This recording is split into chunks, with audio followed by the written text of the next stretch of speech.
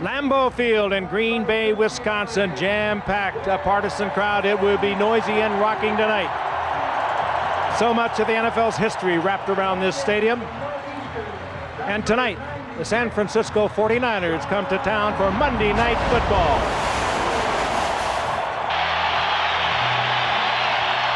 So the crowd working its way into a frenzy. The Green Bay Packers, who performed so brilliantly last week against Chicago. The last time we saw them on a Monday night, they blew away the Philadelphia Eagles week 2, and we are ready for action from Lambeau Field with Craig Hentrick to kick it off for Green Bay. And Terrell Owens back deep to receive, along with Dexter Carter for San Francisco.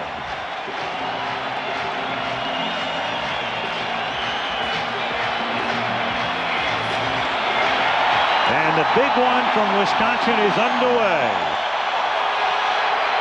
Dexter Carter fields at the 4, and an open field tackle made at the 19 by Travis Jervey. And there's a marker down on the play up at the 28-yard line. So Jerry Markwright's crew will get busy right off the bat. And when Jerry Markwright referees a game, it's normally an important game. He's reffed 4 Super Bowls. Illegal block, number 86, on the return, half the distance to the goal, first down. The rookie Sean Manuel. Elvis Gerbach out of Michigan, drafted in the 8th round in 1993. Brent Jones, their number 1 tight end, is injured. He has a shoulder injury, and he's gone tonight and probably for another month or so, as Tommy Vardell picks up 2 out to the 11-yard line. Second down and 8 from the 11-yard line. Gerbach looking one way then the other and dumps it off for Vardell, and Vardell picks up the first down all the way out to the 33-yard line, caught there by Mike Pryor and applauded by Steve Young after a 22-yard pickup.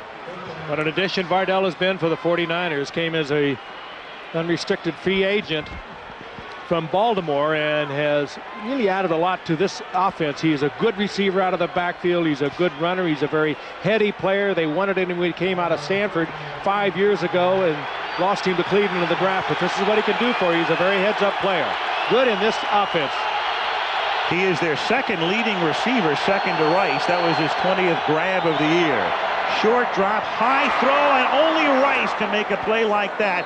Plucks it down with one hand, takes it out to the 45. First down, tackled by Newsom, 12-yard gain. Mike Holmgren started off yesterday saying we cannot allow Jerry Rice to get off the line of scrimmage. He is jammed immediately in the line by Craig Newsom. He fights through it, loses the football, and still has the ability to get back and control it. It seems that no matter what you try to do to stop Jerry Rice, it just doesn't work. Thought we'd seen everything from Rice. From the 45-yard line, this is Kirby going nowhere. Penetrates or tries to penetrate the middle of the line and runs right into Brian Williams, the linebacker. We talked about Brent Jones injured his shoulder in practice a couple of weeks ago. They'll take a look at him next week. He hopes to be able to practice in a couple of weeks and be back in a month. There's a handoff to Kirby. He works well out of the backfield. Of course, he came over from Miami in a trade this year. Had a big day against the Rams a week ago. Over 130 yards of total offense, and he starts tonight. Second and 10. Here's Kirby looking for room, picking and threading his way up to the 50-yard line. And with Kirby getting the start tonight, I mentioned at the top a sea change. In effect, the 49ers not saying so, but Derek Lavelle had done the job last year, had performed okay, had been doing a pretty good job this year, but clearly Seifert and the staff wants Kirby to be the guy from now on. And there is Derek Lavelle. And what they also are hoping to get is more production from their offensive line. When they lost to the Green Bay Packers in the playoffs last year, they got roughed up front. This is a real test for the 49er offensive line. 3rd and 5 against only a 3-man rush, so they drop 8 into coverage, and it's whistle dead. No play here as Butler is able to make the tackle. Tommy Vardell took it at the 50, and at the 49-yard line, they are going to say an interception. There's a question. Markwright now will discuss it An official came in late and did show that it was Green Bay's ball. All right, well, Jerry's saying an official timeout, but the question is whose football at this point? Here's a look at it from behind the pile. That's Tommy Vardell, number 44. You're going to see that the ball's just sitting on his back. Leroy Butler very alertly knows it never touched the ground. It's still in play. Packer football. Butler's 5th interception of the season, and Green Bay's first offensive play is an Edgar Bennett sweep that goes nowhere. Lee Woodall makes the stop. Robert Brooks, and we'll detail his situation in a moment as he was helped from the field. Don Beebe takes his place. It is 2nd down and 10 from the 49, and Brett Favre throws, and it's caught by William Henderson, the fullback, who takes it to the 42. It'll be 3rd and 3. Gary Plummer makes the tackle. Let's take a look at what happened to Brooks. It's just very innocently, he's blocking on Tyrone Drakeford, who pulls Brooks. He gets his right leg way out in front of him like that and lands kind of awkwardly. And as Al mentioned, carried from the field, which is indicative of some type of a major problem to his legs. Second time in 3 weeks, Brooks has been hurt early on. He suffered a concussion at Seattle 2 weeks ago. 3rd and 3. Favre with a deep drop, scrambles, seeks a first down, and comes up short. He goes down short of the marker. Bryant Young is there to stop him at the 40-yard line, and the Packers have a 4th and 1, 4.5 minutes into the game. He wants to know how far. You're saying 4th and 1, but how long is that 1 before Mike Holmgren will make that decision whether or not they'll punt or go for it? It does appear they are going to go for it. Or at least line up for it. Line up, maybe try to draw the offside. Now they send out the punting unit. Yeah, it's over a yard with the nose of the ball on the 40, and they'd have to get inside the 39. Against a very disciplined defensive football team, that would be very surprising if they would jump off sides. Pretty well schooled in that respect.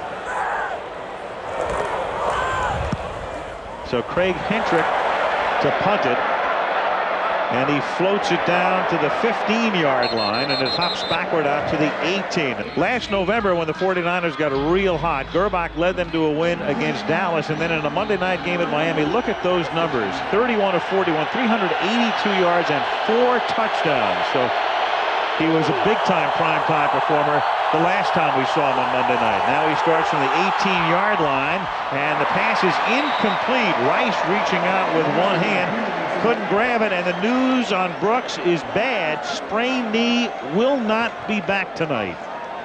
It almost looked, Dan, like he could have hyperextended it as he came off the line of scrimmage even. Well, there's a very good sign of the seriousness of it. They've got the air cast on it, completely immobilizing his right leg. So right here, watch him throw his right there. He got it way out in front of him, landed on it awkwardly with all of his weight. 2nd and 10, and Tommy Vardell takes it up to the 20-yard line. The 49ers have it 3rd and 8 from the 20-yard line. And Gerbach hangs in the pocket, then throws, and it is picked off at the 44-yard line and then ruled incomplete. Eugene Robinson, who has more interceptions than any other active player at 44, couldn't hang on for Fritz Shermer's defensive unit. Just barely misses career pick number 45, and the Niners to punt. Gerbach now has missed on 2 receivers that have been very open. This one totally overthrown, as you can see, just trapped by Robinson. Green Bay almost coming up with their 20th interception of the season. That's just remarkable. You know something's not right when the receiver's not even in the picture. Tommy Thompson to punt it. Desmond Howard over to get it at the 39-yard line, and is downed at that spot. Beautiful shot of Lambeau Field as the Packers have it for the 2nd time at their 38-yard line. No score, 8:42 left in the quarter, and Favre hands it to Edgar Bennett, and Bennett gets gang tackled up at the 40-yard line by that swarming Niner defense led by the former Viking Roy Barker. And number 97, Bryant Young, who is emerging and may be playing as well as any defensive tackle in the league right now. Well, a wonderful matchup to watch tonight are these 2 gifted defensive tackles of the 49ers. Bryant Young, 97, Dana Stumblefield right next to him, number 94, as they work against Aaron Taylor, Frank Winters, and Adam Timmerman, the 2 guards in the center for the Packers. 2nd and 8, a double tight end set for Green Bay. Favre going deep, and he has Keith Jackson. And he takes it to the 10-yard line. And so the big tight end who burned the Niners in that playoff game burns them again early, 50 yards. Well, Keith Jackson cannot be covered, even as swift as Ken Norton Jr. is, by the linebacker. And it was a good read by Favre. Start first for Green Bay by giving Favre a lot of protection. They give him all the time he needs to pick out Jackson. Norton tries to run with him, forget it. Jackson is a big man, but he is very swift. Good read by Favre. Great execution. Green Bay's, San Francisco rather, their defensive philosophy has always been to take the outside guys away. The problem is that leaves the middle of the field with no safety. Very evident there, no safety cost them a lot. 1st and goal, the nose right on the 10-yard line, and Favre gets spun around and sacked. Roy Barker with the initial penetration. So it'll be 2nd down and goal. Well, where the field gets short, as you guys know, one of your best assets is your tight end, and the Green Bay Packers have 2 All-Pros. Draw on 2nd and goal, and that's Dorsey Levens picking up just a couple, setting up a 3rd and goal. Tim McDonald comes up to stop him. Holmgren checking out the script now. Keith Jackson coming in tonight had 12 receptions. He now has 13, but of those 12 receptions prior to tonight, 6 of them were for touchdowns. So you know where Favre is looking. Of course, with Robert Brooks out of the lineup, that would change the necessity of the coverage for the 49ers. But Beebe is in there. He's not the threat of wide receiver that Brooks is. So they can help out on the tight end a little easier. Split back set, 3rd down and goal. They throw it underneath to Jackson coming back to make the catch. And he can only get to the 12-yard line. So they had a 1st and goal at the 10, and now they're 4th and goal at the 12. And in comes Chris Jackie to attempt about a 30-yard field goal. That was just a high percentage effort, hoping that Jackson could break a tackle and possibly get to the 1st down, but they were not going to risk coming away from this red zone without putting some points on the board, so they bring out Jackie.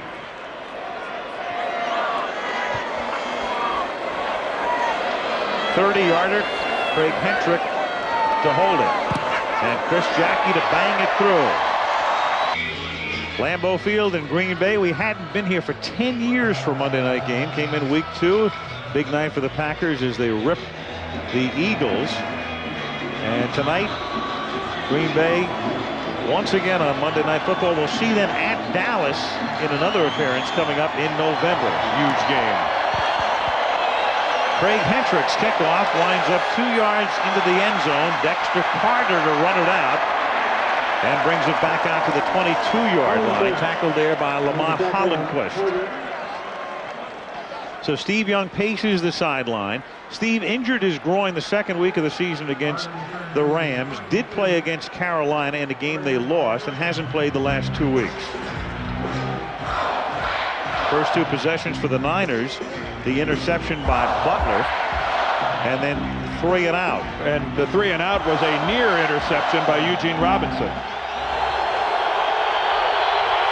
Gerbach is 2 of 5 for 34 yards thus far, and goes to the air here and throws, and Jerry Rice makes the catch, and he's run out of bounds by Doug Evans after a pickup of 5. Interesting philosophy tonight on the Green Bay defense. Last January, when they beat the 49ers 27-17, they forced 4 turnovers. They had 3 sacks of Steve Young. They scored on a fumbled reception in the 1st quarter. Just totally disrupted their offense. Tonight, they're doing any kind of blitzing whatsoever to speak of. They're stunning linemen, defensive linemen, Dan, but it's a pretty straightforward defense by the Packers tonight. 2nd down. 4. Kirby on a flea flicker. Gerbach all the way back inside the 10 and then just throws it away because Leroy Butler penetrated. Just when I said that, they come with the safety blitz and totally disrupted that flea flicker. Gerbach wanted to go deep, trying to get, I think, to J.J. Stokes, but Butler on the safety blitz. He'll come from right of your screen, number 36. There's the flip back. Now you need time for this to develop. Butler was right in Gerbach's face, so he just had to get rid of it. Great time to have that call. 3rd and 4 now from the 28. 4:29 left in the opening quarter. Green Bay leading 3-0. And Gerbach on 3rd and 4 going very deep, and that is picked off by Eugene Robinson. Career interception number 45. The play is dead. The play is dead at the 32-yard line. Green Bay ball at the 32.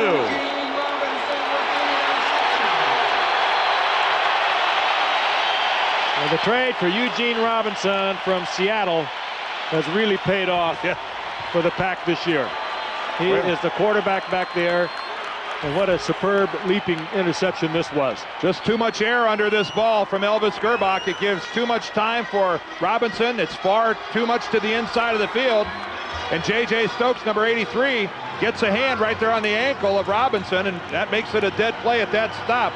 But Elvis Gerbach has been all over this field with the football. Unfortunately for the 49ers, not where he should be.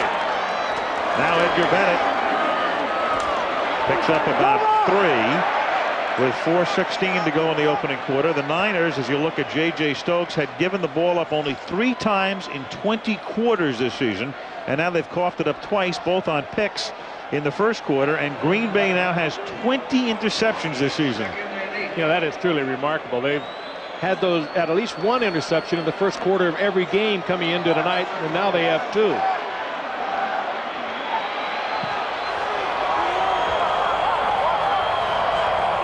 Second and 8 from the 34. Barker can't get far, and Brett throws on the run, and it's Don Beebe who gets free and makes the catch and is out of bounds at the 12. Burns, Merton, Hanks. Well, I don't know whether it's Hanks, Al. Hanks might have been helping somebody out. Well, it was never just a screw up in the defense, and I think it was probably they were thinking Favre was maybe going to pull it down and run with it. There is a little check at the line of scrimmage. That's Drakeford, but I think it's a too-deep zone. Drakeford lets him go, and Hanks, for some reason, he sees Favre on the move. I don't know if he thought Brett was going to be corralled by the defense, but Merton clearly lets him go, Frank. I think Drakeford feels I've got containment here. Hanks has got to pick up on Beebe, though, and Beebe, he stepped out of bounds. That could have been 6 so easily. Well, Merton Hanks has a deep outside all the way. 54-yard pickup. Favre under pressure. It's deflected and incomplete. It might have hit the umpire. And umpires have been in the line of fire all weekend. The umpire is Chad Brown, no relation to the Pittsburgh linebacker. Yeah, Brown in the middle of the action. He had a monster game last week, didn't he? Yeah. I think you're right. I think it did hit umpire Brown. Watch him right there on the left part of your screen, right on the edge. Well, this offense, as a lot of the West Coast offense in general, calls for a lot of crossing underneath. More and more of that umpire is getting into a very fragile area. They do a lot of underneath crossing, and they throw a lot of passes over the middle now. 2nd and 10 from the 12. Good protection up front. Gun toward the end zone and broken up by McDonald. Don Beebe, the intended recipient. 3rd and 10. This baby had some smoke on it. It had more than Tim McDonald could handle. Great look at it coming right at you, and McDonald had to make a high leap to his outside, just couldn't get it under control. Again, a 3rd and long situation. Can the 49ers hold one more time and force the Packers into a field goal? 3rd and 10, Green Bay up 3-0 late in the first quarter. Niners jump where they induced. Flag down. Chris Dolman came across.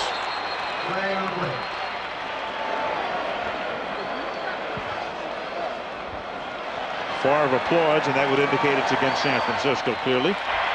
And Dolman not complaining. Number 56, defense, unabated to the quarterback. 5-yard penalty. 3rd down. Something like that happens, Dan. It usually means that Dolman is watching Favre going on the same count several times in a row, and he figures he's going to jump with him. Boy, Brett gave it a good one. Yeah. You saw his head and shoulders really move with the effort that he put into that hut. Boy, the 49ers, they need this badly. 3rd down 5 from the 7. Favre throws underneath and low and incomplete. trying to get it to William Henderson, the fullback, covered by Gary Plummer, and they'll have to settle for a Chris Jackie field goal attempt again. Well, it was 2 mistakes by the 49ers defense that allowed Mike Holmgren's Packers to get into this situation, but once they got their back to the goal line, twice now they have come up very big in forcing Jackie to kick. This might end up being a 6-0 game after this field goal. It could be 14-0 very easily. 25-yard attempt. Earlier he made one from 30, and this one is just inside the right upright. The 49er defense has stiffened twice, limiting Green Bay to a pair of field goals, 6-0.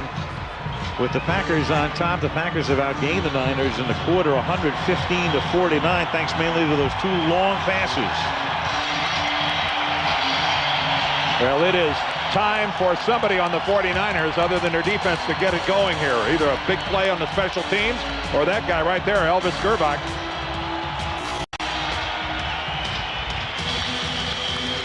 Well, if you know Steve Young, you know how desperately he wants to be in this game. He is such a competitor. This is killing him. Craig Hentrick to kick it off. Comes down into the arms of Dexter Carter, who takes it from the 6. Back up to the 25-yard line, and a flag comes in at the end. Lamont Hollandquist in on the tackle. We're going to see a lot of confrontations tonight, in the sense that the 49ers feel that the reason that they lost is that they were roughed up by the Packers in that playoff loss, that they lost the battle of being physical. Illegal block in the back, number 99 on the return, 10-yard penalty, first down. They were roughed up, Dan. And they were. So there's George Stewart, their new special teams coach. But all week long out in San Francisco, the talk has been, we must be physical. We can't get pushed around. And what happens is there's normally a lot of fighting and a lot of pushing and shoving. We can see we've got an injured Packer down on the field. It's Corey Dowden. Certainly there is the block from behind. And you can see rolls right into the back of Dowden's legs. Penalty on David Benefield. And Corey gets up, and they'll walk him over to the Green Bay sideline with 2:49 remaining in the opening quarter.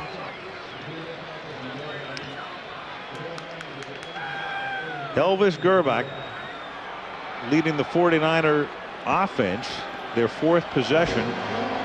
George Seifert with a little bit of gamesmanship, not announcing officially his starting quarterback until about 15 minutes before the game. But in talking to all of the people around the 49ers, it was pretty clear for a few days that Gerbach was going to be the guy tonight. Could it be that he was doing that for Mike Holmgren? Probably. Let him think about who's going to start, a right-hander or left-hander. From the 15-yard line, this is Kirby. And when we asked Holmgren last night, here we go again. There we go again. That's George Kuntz, number 53, the Packer middle linebacker. He's involved in a scrape. But it's inevitable. Anytime a team talks about being physical, the other team reads about that that's what they're going to try to do, and it's a case where the gauntlet's been thrown. Well, Kuntz is a physical player, period. A very emotional player, and a very unlikely starter this year for Green Bay at the middle linebacking spot. Well, George by Atlanta a few years ago, and really an overachiever and has become very successful. 2nd and 9, and Vardell can't get started. It'll be 3rd down and 10 as Jesse Sapolo got rammed back into Tommy Vardell. We started to mention last night, talking to Holmgren, asking Mike how he prepared for this game. He said they basically prepared for Young. And I think he predicated that more on Steve and how much Steve wanted to play, as opposed to believing anything he heard or had read about Young's condition.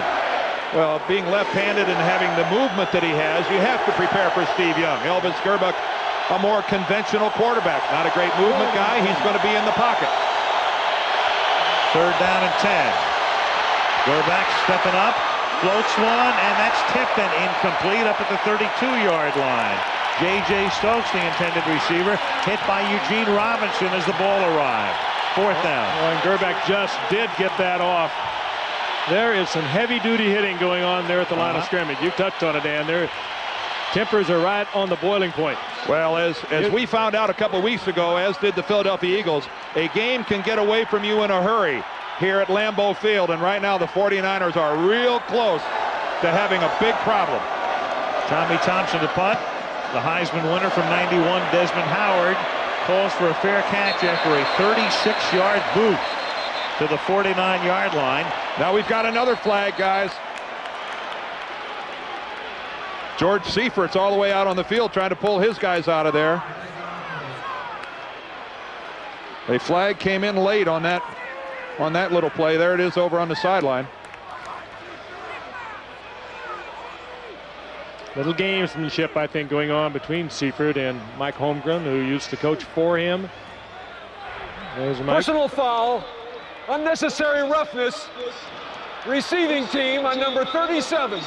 15-yard penalty, first down. Tyrone Williams, the rookie cornerback from Nebraska. Williams there, you see him, number 37. Oh, and there's what brings the flag, the shot to the back of the head. Also a little holding in there. A little bit of everything. It's not a very good job being that sprinter on the outside, having to try to fight through a double team all the way down the field. Was that tough duty? That's tough duty, you better believe it. Nobody volunteers for that. A minute and a half left in the quarter. 6-0 Packers. Favre retreats on first down. Guns it over the middle. It is caught and stripped. Desmond Howard made the catch at the 46-yard line. And the officials come in, and it's Howard who recovers himself. So the man who won the Heisman in 1991, and he won the Heisman, ironically, on the receiving end of Elvis Gerbach's passage as Michigan makes the catch here. And what a catch it was, too. And this ball is on the ground for a long time by NFL standards. It's exposed for a couple seconds there before Howard's able to get it back. Good look at how a crowd is attracted by that football. First and 10 at the 47-yard line. And this is Dorsey Levens to the 49-yard line in the waning seconds of the quarter. The Hall of Fame coach Bill Walsh, now the administrative assistant to the 49er coaching staff, and upstairs in between team president Carmen Policy and Dwight Clark.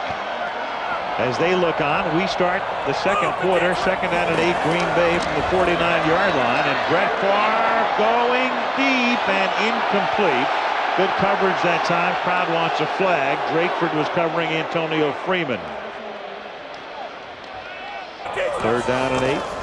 Favre to Desmond Howard, and a nice tackle made by Marquez Pope, who comes up and takes him down for no gain. What he's on is a quick screen with two offensive linemen pulling out in front of it, and the 49ers read it all the way. They penetrated right through the screen. So they stopped Favre after Brett had thrown for 124 yards in the first quarter, the most yardage by any quarterback in the first quarter of the season, apart from Steve Berline, who threw for 141 for Carolina against the 49ers in San Francisco's only loss. So an ominous beginning for the Niners, but they're down only 6-zip. Hentrick to punt it. Fair catch called for at the 10 and made there by Dexter Carter. 49ers have it at the 10-yard line, and Gerbach hands the ball to Kirby. Not much over the left side. He picks up a couple, and markers it down again. Well, through combinations of penalties on the kicking game and that time a good punt by Green Bay, every time San Francisco starts a series, they're looking at a whole lot of real estate. I'm not sure they can even see the Packer end zone from where they've been getting this thing started. Look at that. Their average starting field position, their own 15-yard line. When you have to go 85 yards to score touchdowns, you're in trouble.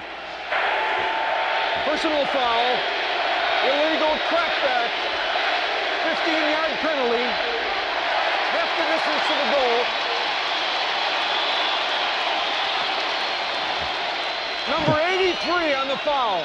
83, half the distance to the goal. J.J. Stokes. There's a movie out a long time ago called Less Than Zero. That's about what we're seeing from the 49er offense to this point. There's Stokes. Oh, wow. Right into the back of the legs of Eugene Robinson. They will not even let you make that contact for obvious reasons. No. That could be a really deal of severe injury. As you well know, Frank, that used to be one of the most lethal blocks in football. A lot of guys' careers came to an end because of that crackback. 1st and 14 from the 6. And Elvis throws, and that's incomplete. Intended for Jerry Rice. Double covered on the play. Butler going over to help out along with the corner. Well, Green Bay doing exactly what they said they were going to do, and that is try to jar Jerry Rice at the line of scrimmage. Never let him off the line of scrimmage without a bump, without changing his direction. But even though he's double covered, I think the guy's open. I mean, Jerry is open there. If it's a decent pass, it slides right in. It's a good move. He gets past Newsome, and right there, if the ball drops in, the safety doesn't come over till later.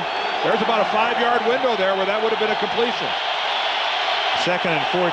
Gerbach is 3 of 10 with 2 interceptions. And the running game goes, well, next to nowhere. As at least Kirby turned what appeared to be no gain at the outset into about a 3-yard pickup. Simmons makes the stop, but it's 3rd and long now. When you touched on something earlier, Al, these linebackers are not marquee names. Wayne Simmons, George Kuntz, and Brian Williams have really made this defense and turned it into a solid, strong defense. They're very swift. They're good athletes. They're all over the football field. There's 64-year-old Fritz Shermer, their defensive coordinator. 3rd down and 10. Niners trying to convert on 3rd down for the first time tonight, and won't. Kirby makes the catch. Butler tackles him immediately, and the Niners to punt again. So 5 futile offensive series in effect for the 49ers. Fritz Shermer has given the 49ers fits over the years, and for many years when he was a Rams defensive coordinator. Fritz Shermer, I think, has given everyone fits for as long as he's been a coordinator in this league. Well, one of the best for many, many years. Tommy here from the Cardinals. Tommy Thompson's 3rd punt of the night forthcoming. Desmond Howard back to receive it.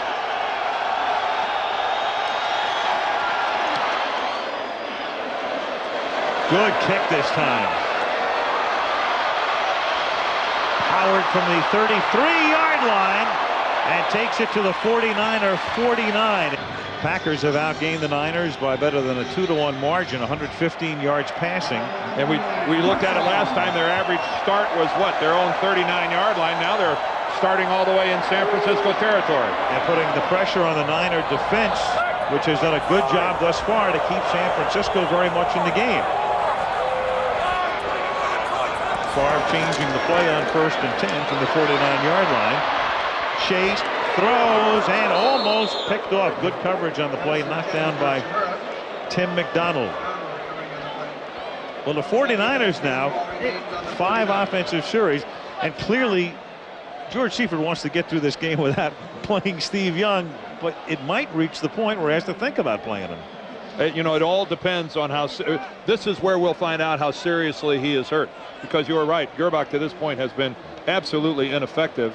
If Steve Young doesn't play at all in this ball game, I think he's hurt worse than we were led to believe. I don't know whether he's warming up or not, but at least he's holding a football. It's chilly here, around 40 degrees. 2nd and 10. Favre throws, catch made. Don Beebe on a slant to the 40-yard line. Now George Seifert did tell us in a meeting last night that just because Elvis starts doesn't mean that Steve won't play. If Elvis and the offense keeps going like this, I think we'll find out if that was true or not. Good little move by Beebe to the outside. He still has it. He came from Carolina, where he went from Buffalo as a free agent a year ago, but we know he has the speed. He returned a kickoff for a touchdown a week ago and still has that blazing speed that sort of characterized him with the Buffalo Bills when he was always often their fastest receiver. Chadron State. 3rd down and a short one, and Henderson gets that short one and about a half a yard more as he picks up the 1st down at the 39-yard line.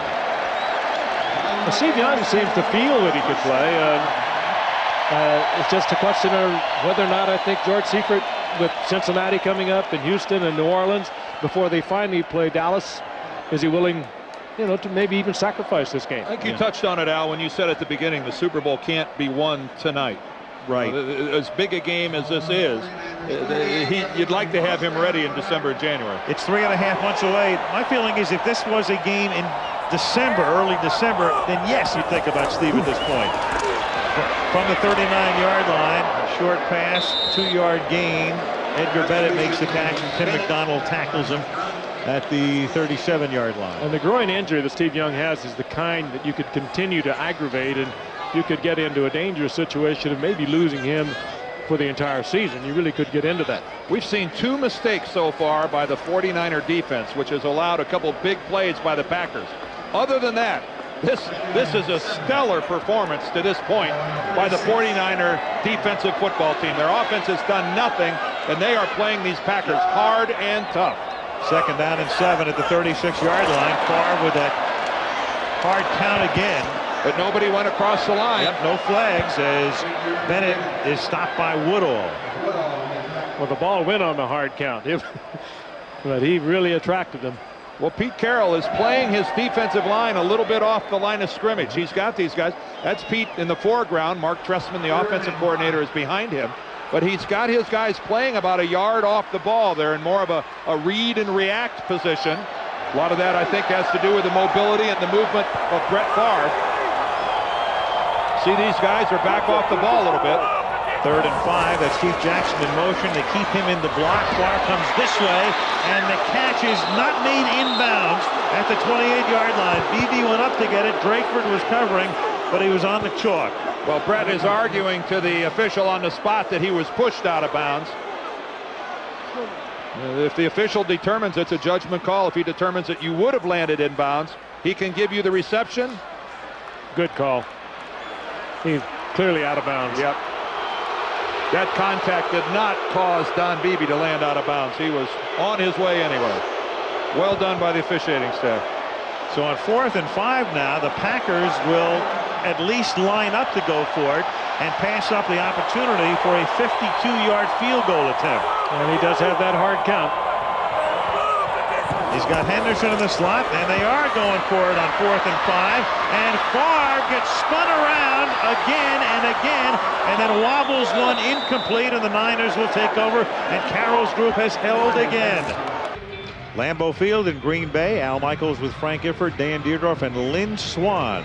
Week 7 Monday Night Football in Wisconsin for the 2nd time this year, with the Packers lead 6-0. 9:06 to play in the first half. And this is the best starting field position that the 49ers have had all night. They're on 35-yard line, and Gerbach off the play fake throws, and wide open is the tight end Ted Popson for a 17-yard gain and a first down in Green Bay territory, tackled there by George Kuntz. Popson, of course, filling in for the injured Brent Jones. Good receiver coming off the ball, perhaps a better blocker even than Jones, but Jones, of course, is such a plus from the receiving end. Good move by Popson to get to the outside. He has good hands. And the 49ers up over midfield. 1st and 10 at the Green Bay 49. Stokes, the man in motion. Corner blitz. Here comes Butler from behind, chasing Gerbach, who throws, and that is caught by Jerry Rice, who spins around and picks up a first down to the 25. And the Niners, just like that, back in business. Another fine catch by Jerry Rice over the middle, and who better to come over the middle than the champion of receptions on Monday night over the years. We've been watching him for 12 years. He has every receiving record we have in the package, and he makes a fine catch here. Good move by Gerbach, who is not noted as the athletic type. Dan. No, he's not. And you know one thing about Jerry Rice, he plays pretty well on Sundays too. We just happen to see him on Mondays. 1st and 10 at the 25-yard line. Fake to Kirby. That buys time. And of all things, stop the presses. Right in his hands, Jerry Rice. Had a lot on it, but even the very best will maybe take their eyes off it just a fraction of a second, thinking run before catch.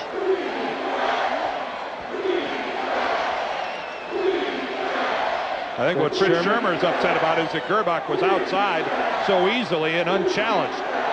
But that's you can even see Jerry taking his eyes off that ball. Perfect look at it, Frank. You're right. He had his head turned upfield. 2nd and 10 to the 25. 6-0 Green Bay halfway through the second quarter. Big time pressure. Butler coming again along with Reggie White. And Elvis just throws it away. Boy, and that's what took the 49ers toll last January. That blitzing pressure, the dealing by the interior linemen. But what drives you crazy is you have the blitz coming from that side where Leroy Butler came, but yet Gerbach still got outside of it. That as a defensive coordinator, Shermer is not happy about that. He got outside of the blitz and it allowed Gerbach to go all the way to the sideline. But look at the coverage downfield. Both the receivers forced out of bounds or either ran out of bounds. 3rd and 10. The Niners are 0 for 5 on 3rd down tonight. I think you can see Ray Brown, the left guard, came up out of his stance.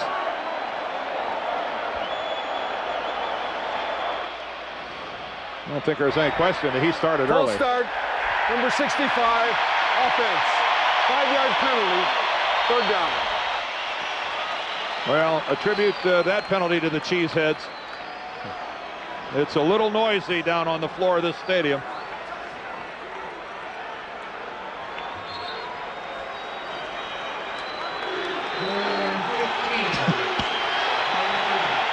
Elvis trying to call a timeout, but unfortunately Ray Brown had already moved.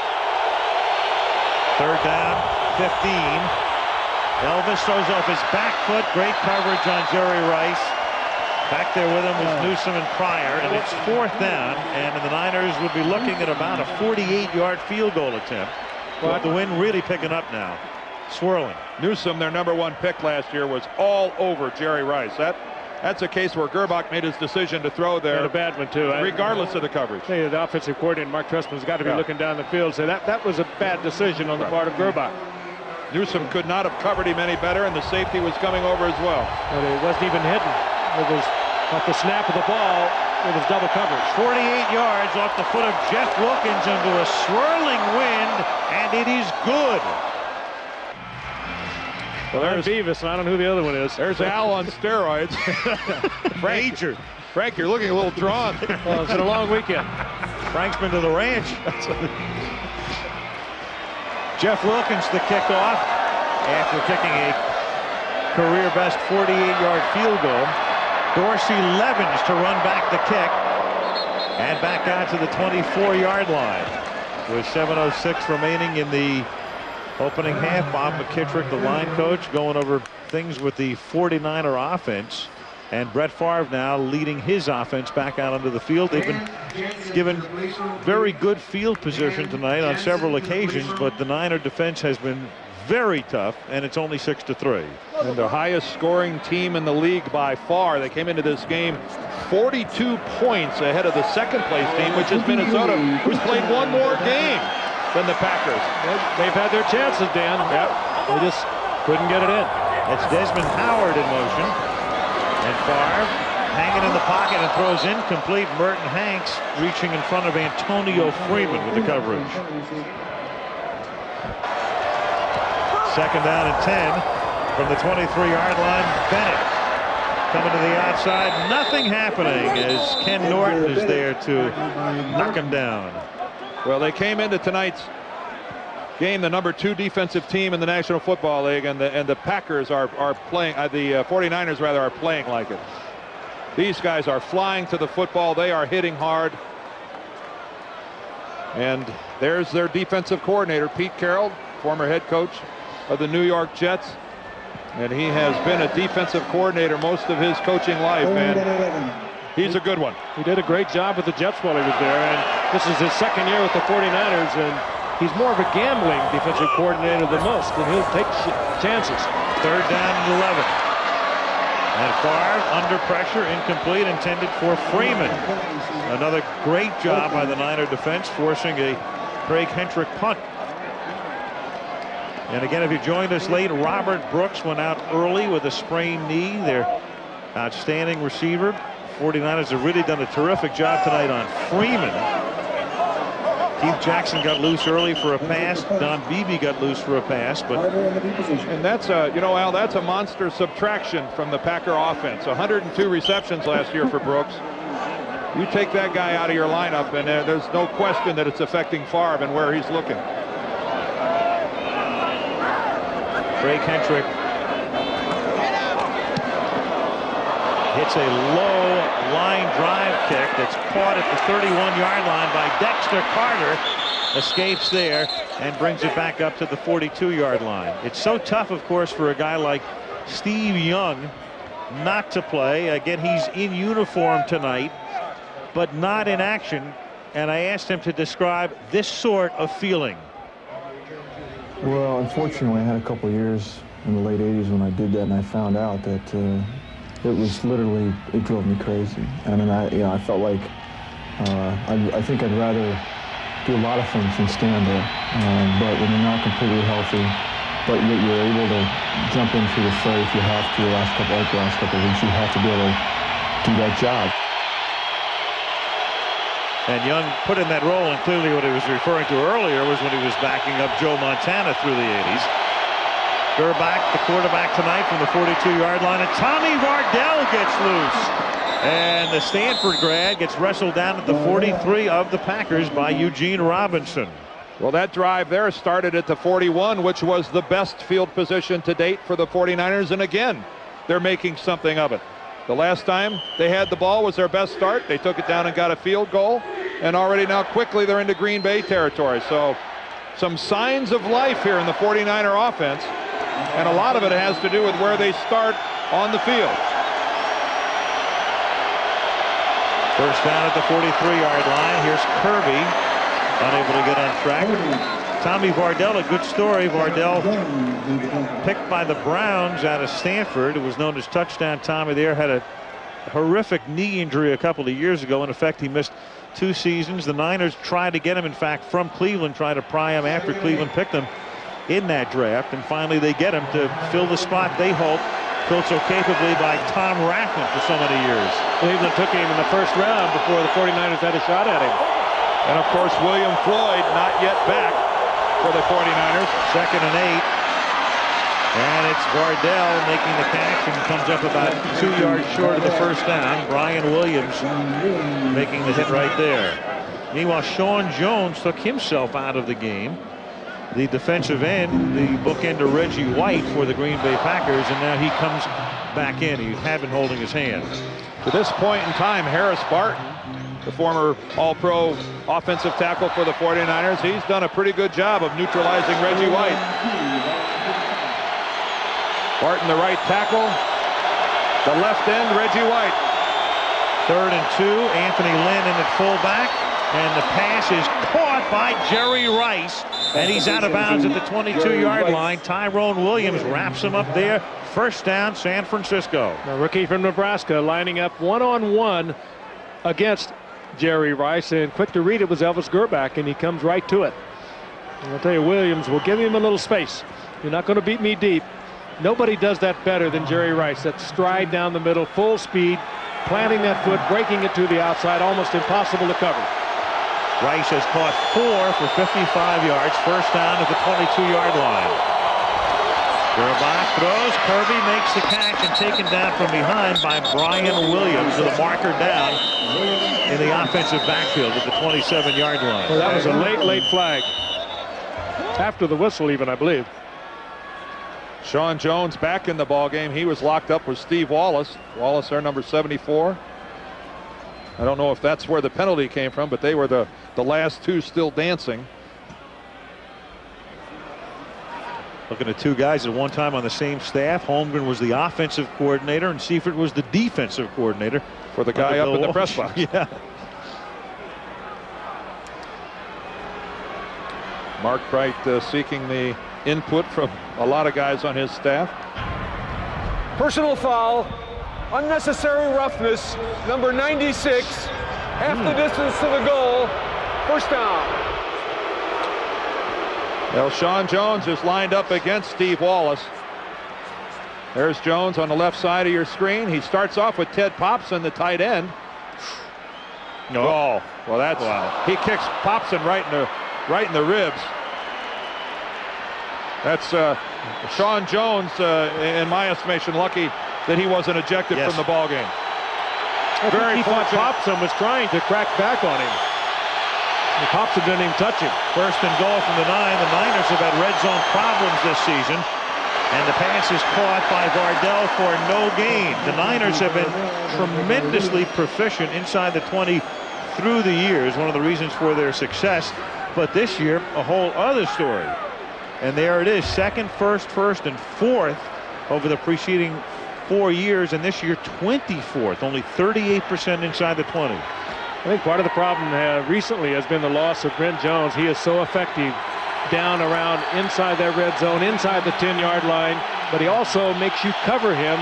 Consequently, you get single coverage on your outside people. Gerbach takes a timeout. Second down and goal from the 9.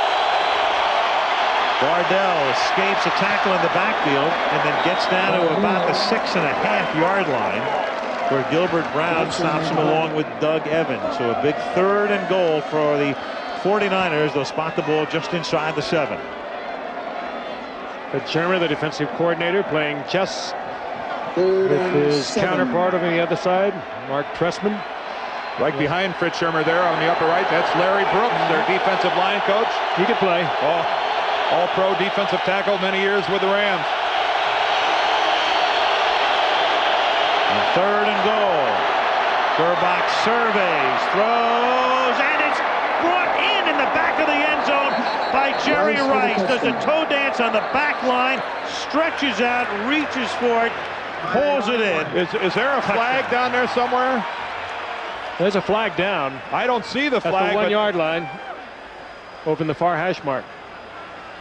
But the body language clearly indicating that a call is forthcoming from Markbright, but there is no flag on the field.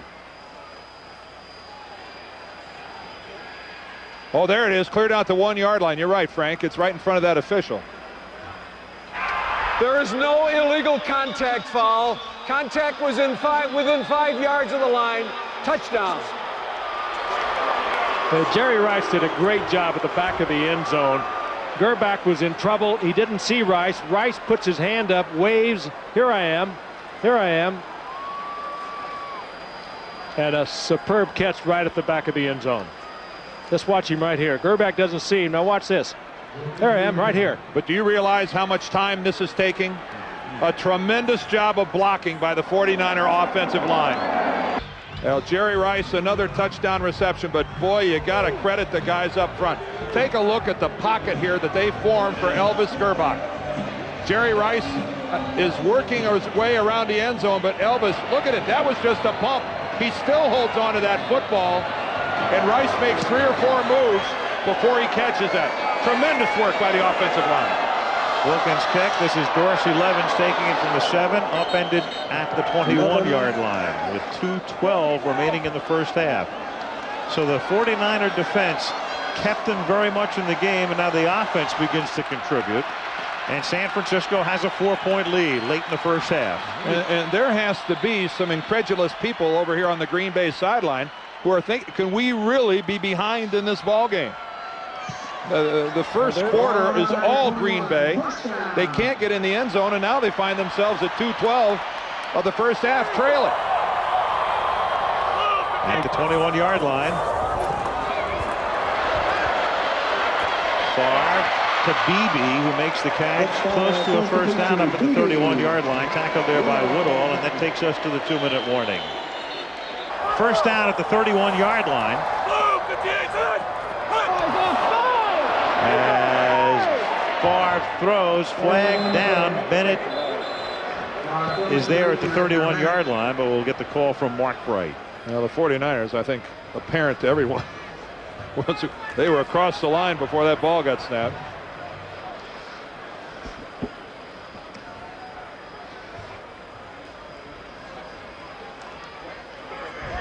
Offside, number 46, defense, 5-yard penalty, first down. Unfortunately for Tim McDonald, on that particular play, Brett Favre decided to go to a long count.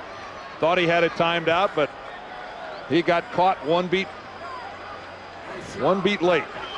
The 49er offense, the Green Bay offense really struggling. They have not had to play a close game other than the one they lost to Minnesota.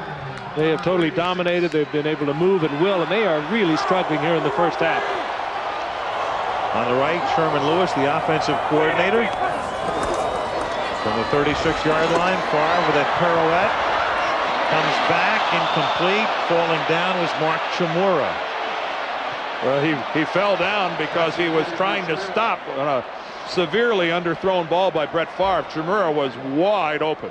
Well, even with Favre's strong arms, he was not going to throw that back across the field about 35 yards. Mark Chmura, Dan touched on it, a Pro Bowl tight end from a year ago. They have a pair of them. In the NFC, where Jay Novacek is hurt and not playing for Dallas, Brett Jones hurt, not playing for the 49ers, a wealth of tight ends in Green Bay. On second down, the catch is made by Antonio Freeman, reaches out and moves the sticks. That's a first down up at the 45-yard line, tackled by Drakeford. And Green Bay will now spend a timeout. They have 2 remaining. After a timeout, first down from the 45-yard line as Favre under pressure has it deflected, and it is intercepted by Dana Stubblefield. What a tip and the pick and a nice run back. Dana Stubblefield forced out of bounds at the 28-yard line. Well, that shatters a lot of myths about what you think about a defensive lineman and his hands. And a 6'2", 290-pounder looked like a halfback after he caught the ball. That's good work. That's Darrell Green would be proud of hands like that on an interception. He had one last year and ran it back for 12 yards, and so the second career pick now for Dana Stubblefield in his 4th season. Bats it with his left hand up into the air, stays with it, and then look at this. Away he goes. From the 28-yard line, Tommy Vardell takes it to the 24-yard line. Meanwhile, the second quarter has been a dominant one for the 49ers this season. The Niners have outscored their opponents in the second quarter this season 69-7. Well, they have turned this game around. The momentum totally changed. 2nd and 6 underneath. It's Vardell making the catch. He's wrapped up at the 18-yard line, and that's close to a first down. San Francisco has 2 timeouts remaining. He's a little short of the first, and the Niners will take a timeout with a 3rd and short 1 coming up. They wasted about 7 or 8 seconds there in attempting to form up at the line of scrimmage before Elvis took the timeout. And they're down to 1 timeout.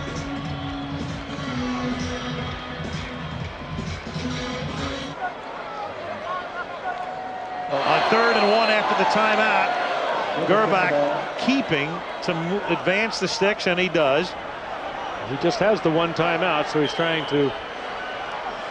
Now we're going to get an official's timeout. Mark Jerry wants to measure. He's going to bring it in. Well, this is a bit of a break for the 49ers. They can get something pulled together in the huddle, be up at the line of scrimmage before the clock has restarted. Regardless of what the 49er offense does on this particular possession, when they go into the locker room at halftime, every one of these offensive guys should walk up to every guy on the defensive team and say, thank you, thank you, thank you. Thank you for keeping us in this ball game. Thank you for not breaking. And the 49ers here, they're wasting time there, Dan. They could have had that play at the line of scrimmage. 1st and 10 at the 18-yard line with Kirby in motion. And Gerbach throwing underneath. It's caught there by Vardell. He's tackled at the 14-yard line by Brian Williams. Form up in a hurry. Ooh, and again they lose 3 or 4 or 5 seconds before they call the timeout. This has not been stellar clock management by the 49ers. So they're out of timeouts now, as the 49ers, after a sputtering and stuttering beginning, have dominated the second quarter. 116 yards to 31. And the other thing with Gerbach tonight, after his stumbling start, Elvis, in a way, is kind of auditioning along the way here. Remember, his contract's up at the end of this year. The Niners are trying to sign him. A subplot in San Francisco is the fact they want Gerbach to accept second-team money in '97, have Steve Young, who signed through next year, guide the team through '97, and then intimating that Elvis will be ready to take over in '98. In other words, a pretty tricky dance going on there financially. Very tricky. And a lot of it has to do also that Steve Young had his 35th birthday on Friday. And it's a tricky emotional dance, too. 2nd down and 5. And it's Jerry Rice on a fade who makes the catch for the touchdown. Oh, what a flag. Great flag. Flag down at the 11-yard line. What a great throw. And it's going to go against Green Bay. Illegal hands to the face. Number 21, defense, penalties declined, touchdown. That was Craig Newsome who drew the flag, but what a superb throw by Gerbach, just as we were discussing his future. Watch this, 21 is Newsome. There's the illegal shot to the face. But that could not have been thrown better. Oh, I'd say that was pretty well executed by the two of those guys. And this is a stunned Lambeau Field right now. Wilkins for the point after. Jerry Rice has just caught the 150th touchdown pass of his career to go with 11 on the ground. What concentration here, too. Well, Elvis Gerbach threw a few of these in college to a guy named Desmond Howard. I remember one specifically in a game against Notre Dame. He has a beautiful touch on the football on that soft little lob up over the top. Newsome had to be playing in that tight. You're down inside in the red zone where you got to take the receiver. He knew he had help to the inside. Perhaps played it a little too tightly. What kind of a rebound have we seen by Elvis so far in this ballgame? First 3 or 4 possessions for the 49ers, he was throwing the football all over the field. A pair of interceptions. Well, his first 2 passes were really bad. Then almost the third. Remember the one hopper to Robinson that he almost had a pick. But boy, he is now throwing it with authority, and look at that, 14 of 24. And you, right, Dan, he has stunned the Cheeseheads, all 60,000 plus of them. Pete Carroll has gone downstairs to go with the team into the locker room, and his defense really did a job in that first quarter to keep it to 6-0 and enable the offense to finally get things in gear, which they've done. Dorsey Levens takes it back up to the 20-yard line. Well, we will learn a lot about the Green Bay Packers and the balance of this first half, only 20 seconds, but in the second half specifically. We will find a great deal out about this club, and specifically about Brett Favre. They're facing adversity at home. I think a lot of questions might get answered, Frank. Well, I think having lost Robert Brooks, he will not be back, is going to hurt a team trying to come back from a 17-6 deficit. They're going to have to throw the football. Robert Brooks is their best receiver on the field. He won't be available in the second half. And Mike Holmgren taking the stance. Let's get inside before anything else bad happens to us. Let's talk this over and let's regroup. Stunning turnaround. Crowd back into it in Green Bay, but the 49ers took them out of it at the end of the first half. There's some truth to that. Yes, there is. Packers took an early 6-0 lead, but the Niners with 17 unanswered points, and Jeff Wilkins to kick off as the second half gets underway from Green Bay. Good kick. Dorsey Levens at the goal line. And out past the 20 and run out of bounds by Cedric Dodge up at the 30-yard line. And let's check in with Lynn Swan. Lynn? Al, I talked to Mike Holmgren about the second half, and he said he's got to get Brett Favre more protection. In order to do that, they're going to get more conservative. He felt he could come in and play a more wide-open offense. Decided in the first half he could not. They're going to keep more people in to protect him, means fewer people out into the patterns. Al? Fewer people out into the patterns. Try to get a running game going as well, I would assume. They've been unable to do that to this point. At the 29-yard line, 1st and 10 with Bennett in motion. And Favre going for BB, and he's covered by Marquez Pope, who gets there as the ball arrives. And again, if you joined us late, the great receiver Robert Brooks, injured early on, sprained knee, gone for the night. So BB has seen a lot of action. Playing this, Pope plays this absolutely perfectly, looking in too far and making a quick move on the ball. BB, of course, not the Robert Brooks with the moves, but he does have that great speed you have to respect. Pope played that well. 2nd and 10. Try to get something going on the ground. Here's Henderson. Green Bay had only 14 yards rushing in the first half tonight. They pick up 3 on the ground here. 3rd down and 7. Earl Dotson being helped out the field puts the offensive line in pretty bad shape for the Green Bay Packers. They've lost John Michaels. They're starting left tackles. So on the corners, Dan, they're in trouble. There's Earl on the right, and what so often happens to an offensive lineman, the pile falls on his leg. He gets his left leg caught in there. Really put in a bad position. At least he was able to put a little weight on it coming to the sidelines. That's the good news. We'll try to get a further report.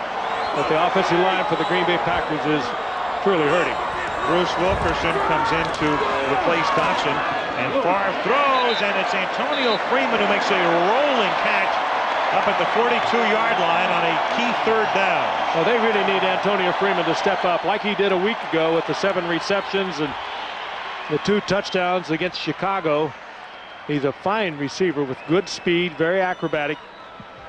But with Brooks out of the game, they are going to need a lot of Antonio Freeman here in the second half.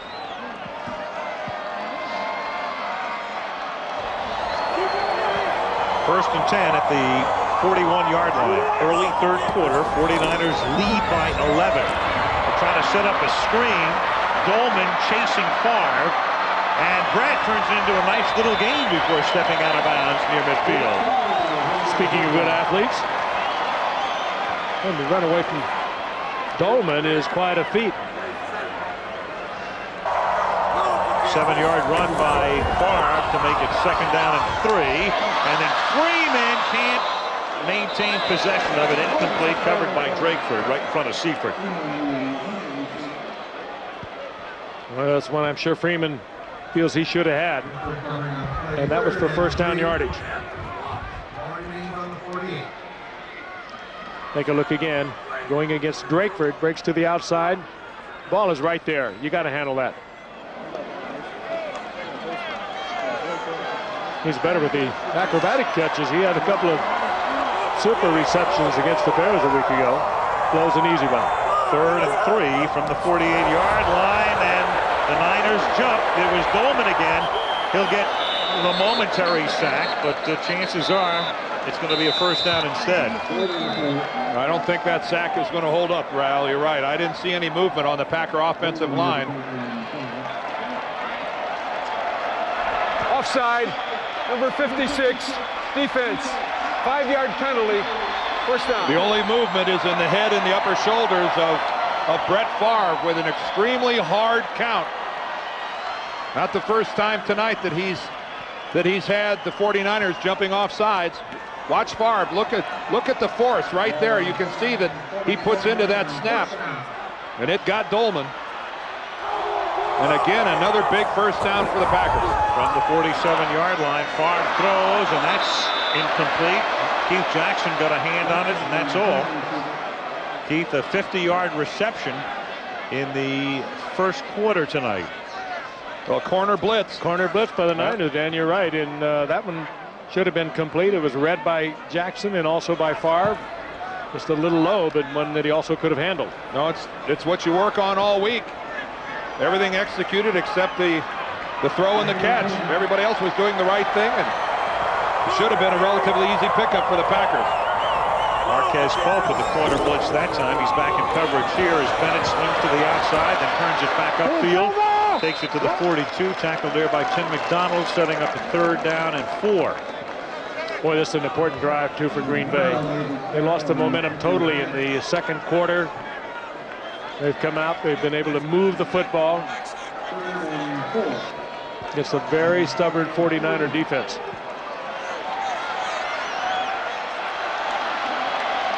12:20 left, third quarter, 17-6, 49ers. 3rd and 4 from the 41-yard line. Favre under pressure gets buried by Lee Woodall. Timely blitz by the 49ers. Well, they overload the right side. Favre's right side, just more people coming than Green Bay has blockers. Favre has to see that. And Woodall coming from his right side, and Favre looks dazed as he comes off the field. He takes one right in the popper from Woodall. Woodall unblocked, Plummer coming as well. And you'd think that Favre would have seen him coming from his right side like that, and yet he gave no indication of seeing Woodall at all. He caught the helmet right on the face mask. Woodall looks just like Evander Holyfield. And that was close to a knockout punch. Yes, it was. Pentrick floats one that bounces inside the 10, and the Packers cannot down it. Roderick Mullen was down there, and they should have downed it, and could have downed it, but didn't. They got greedy. Brett Favre still shaking off the cobwebs on the Green Bay bench as the Niners take possession of the 20-yard line, and Gerbach has not completed 9 consecutive passes as Bardell makes the catch and takes it up to the 27. 3rd and 1, and Anthony Lynn, the backup fullback, picks up 6 and moves the sticks. First down at the 35.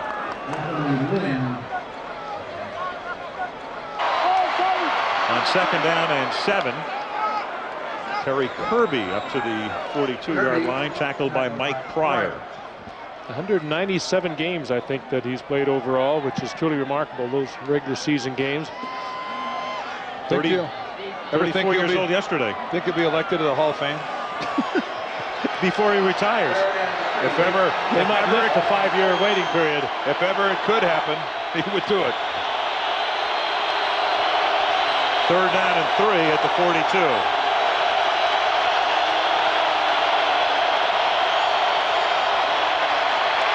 And Gerbach has it knocked down, so the Packers stiffen. Leroy Butler came charging in and got a hand on it, forcing a 49er punt. Well, Fritz Shermer this time, realizing that he's got to make something happen, give his offensive team a shot, really comes with everybody. They did so much of that last January in their 27-17 win in the playoffs, and they've been very reluctant, it seems like, to come with the blitz in the first half. Right there they show it. Nice job by Butler, realizing he wasn't going to get there, going up in the air. Tommy Thompson kicking, Desmond Howard back to get it. Well, Howard's going to have room. 43-yard punt. But it's to the short side of the field, and he's tackled up at the 21-yard line. All right, Brett Favre and the Green Bay Packers now at the 21-yard line. They're down by 11, 8:36 left in the 3rd quarter.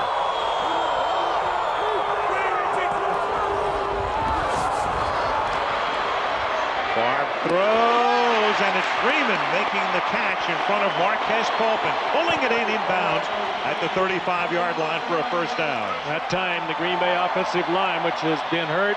They were Nick coming into tonight. They're very young, Dan, but they know they better protect their quarterback. He gets hit again, he'll be out of there. Well, he took the big shot from Woodall, and I think that we realized after that throw, the cobwebs are gone. Look at that dart by Brett Favre to Antonio Freeman. That's what separates the boys from the men, a throw like that. Brett's a man when it comes to tossing a football. From the 35-yard line, here is Edgar Bennett with some room up the middle, up to the 41-yard line. McDonald and Plummer make the tackle. Well, the crowd's starting to come to life a little bit here. Still trailing 17-6. And Jimmy Mack, 15-year pro from BYU, he's next in line if for some reason Favre can't go.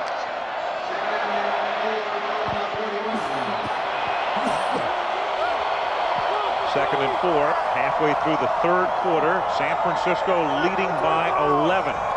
Here comes an audible by Favre. I guess he's all right. Out of a split back set, the short drop, the quick flip, and then dropped by Freeman. Whoa. Oh, that's 2 Freeman's drop. Both of them would have been for first downs.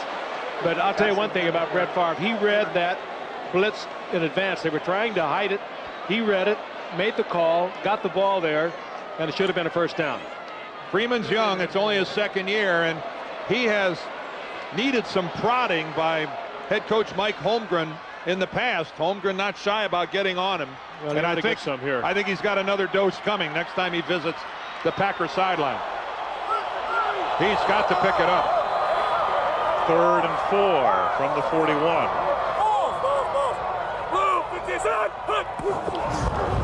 Blitz again. Here they come.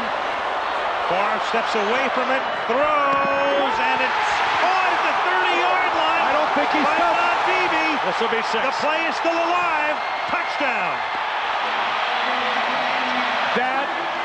That is a world-class throw by Brett Favre. World-class getaway. Threw it back across his body. The officials are having a major league meeting about this. He caught it. Was he downed? I did not see him get touched. It was a 3rd and 4. It's a touchdown. It was close. Pope did reach over in an effort to touch him. Let's see if he did touch him.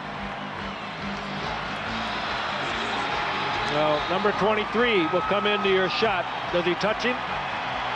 Oh, yes. Oh, yes. Oh, he had his hand on his knee. Marquez Pope had his hand on Beebe's knee. Green Bay gets one. Another look at it, but from that angle, it looked mighty conclusive that he had his hand on his knee. Did he even catch it to begin with?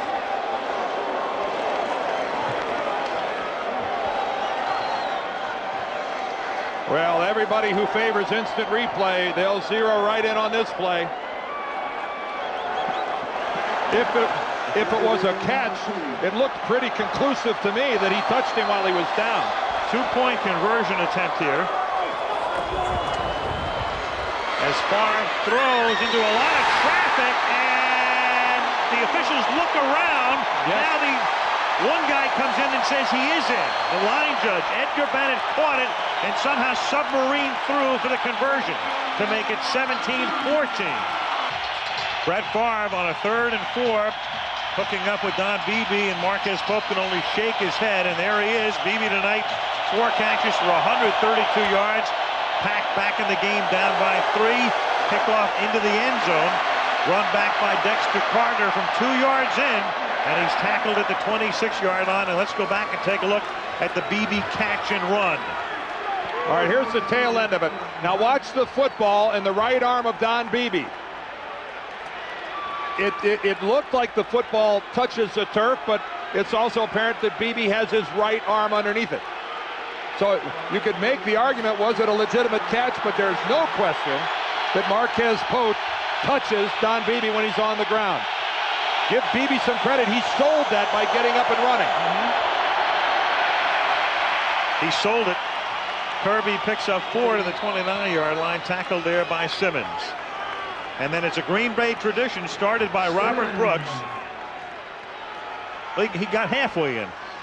Well, Beebe, a couple of big weeks now. He really put a nail in the Chicago's coffin a week ago with a 90-yard kickoff return. He's having a big night tonight. A man with great speed, but not much of a vertical leap. No. 2nd down and 6 from the 29. 6:30 to go in the 3rd. Ted Popson breaks a tackle and then lunges for what might be a first down. Craig Newsome stops him. Very close. Good body but a little control. short. Good body control by Popson. He stopped and made Brian Williams miss him. Lowered the shoulder and then fought for a couple extra. Gives you a lot more bulk than Brent Jones, who is injured and can't play. Then right here he shows he's a pretty nifty receiver. All right. Not bad on his feet. Pretty good sized guy to be going that hard one direction and stop that quickly. 3rd and a short 1. And Gerbach with a lean and with the angle is very close. They had to get just across the 35-yard line. And that's where they're going to put the football. And Mark Bright's going to call for time. And Fritz Shermer will wait and see whether it's 4th and an inch or first down. And it's a first down. Mark White took a look and said, move the chain.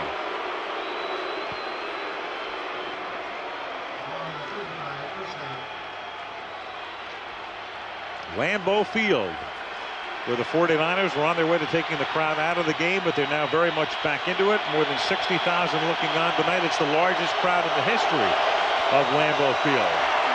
And Gerbach on first down guns one into the arms of Popson, and he's into Green Bay territory.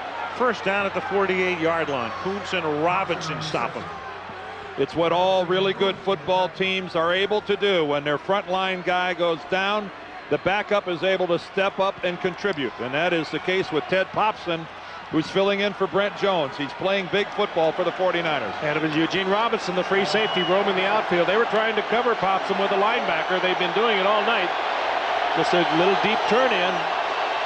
There was Brent Jones as Kirby cuts to the outside and then is wrapped up in the arms of the outside linebacker Brian Williams.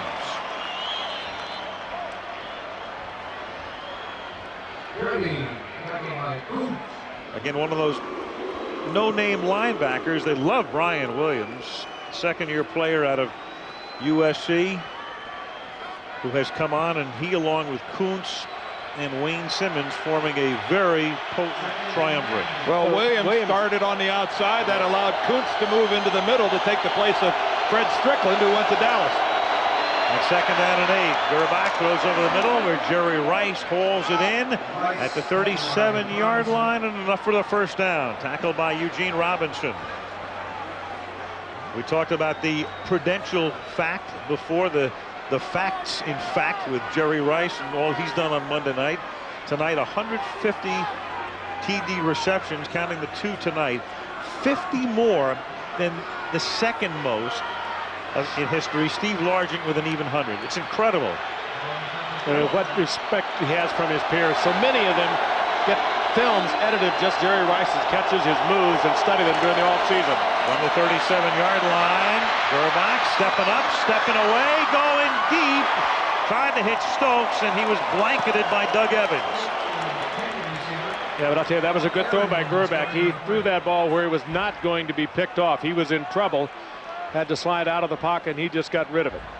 Gave Stokes a chance to catch it, but it certainly wasn't going to be intercepted. You know, Frank, for a guy that's not really well known for his mobility, this is pretty nifty by Gerbach, running to his left, stopping and throwing right-handed, and look where he puts his football. One that could have been caught, but not intercepted. Good touch on that ball. If Elvis Gerbach's confidence was shaken at the beginning of this game, he has it back. Second and 10 from the 47-yard line. Reggie finally gets there. Reggie White, who's been fairly quiet tonight, relatively speaking, gets noisy all of a sudden. This is the curse of an offensive tackle. You block a guy all night, and then on one play, he gets around the corner, and you're the GOAT. Harris Barton's number 79. He turned his shoulders too much, gave Reggie the corner, and Reggie took it. And Harris has done a great job on him right up until this point. Yep, that's again good coverage downfield. That was he had time to get rid of that ball, Dan. Third and 13 with Rice in motion. Jerry running a crossing pattern. Now Gerbach coming back the other way. And Elvis fires. It's a dangerous pass, and he's lucky it wasn't picked off. Wayne Simmons was there, and the intended receiver, Popson, had to turn into the defensive back in effect. And did Elvis take a shot? Gerbach stood there on the sidelines to throw that thing back there, and he got peppered, and there's a Packer down. Darius Holland was the one that put the shot on him. Reggie White was his 160th sack in his career. So Gerbach is okay, but there's an injured Packer. That's Reggie White chasing Elvis Gerbach. It was White and Holland unloaded on Gerbach. And it really, as I look at it, it's really not that bad a hit. I thought Elvis got hit a lot harder than that. It's the two helmets of the two Packers that actually made that collision. You could hear it clear up here in the press box. I initially thought it was Elvis that got hit that hard. It was actually the two Packers. Holland and Reggie White. Watch this again. Watch Holland coming in, number 90, and Reggie White. Holland kind of takes it right on the chin, doesn't it? They just did a number to themselves. So there's an injury timeout with 2:32 remaining in the third quarter. The shaken up Packer was Reggie White, but he has gotten up and he's back on the bench right now as the 49ers get set to punt on 4th down. And Tommy Thompson sends one that bounces near the 5 and comes back and is down up at the 11-yard line.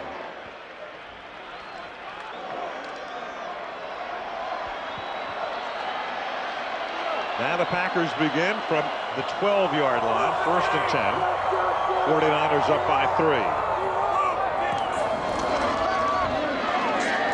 Far pump fake, then throws, and it's nearly picked off by Merton Hanks, who hung back there. Don Beebe streaking down the sideline was the intended receiver. Well, I think Favre thought that Drakeford had gone for the little hitch that Beebe put on Drakeford, but actually he knew that he had deep coverage from Merton Hanks, and Hanks was right there. He blew this earlier in the game, but this time Hanks was right where he should have been. If you looked at that, picked it off. If you looked at that closely, you could see that Hanks didn't even take one jitter step forward on the pump by Brett Favre. He was all over that. He had the deep zone. He had made a mistake earlier. On 2nd down and 10. Dorsey Levens up to the 16-yard line, tackled there by Tim McDonald with a little bit more than 2 minutes to play in the third quarter.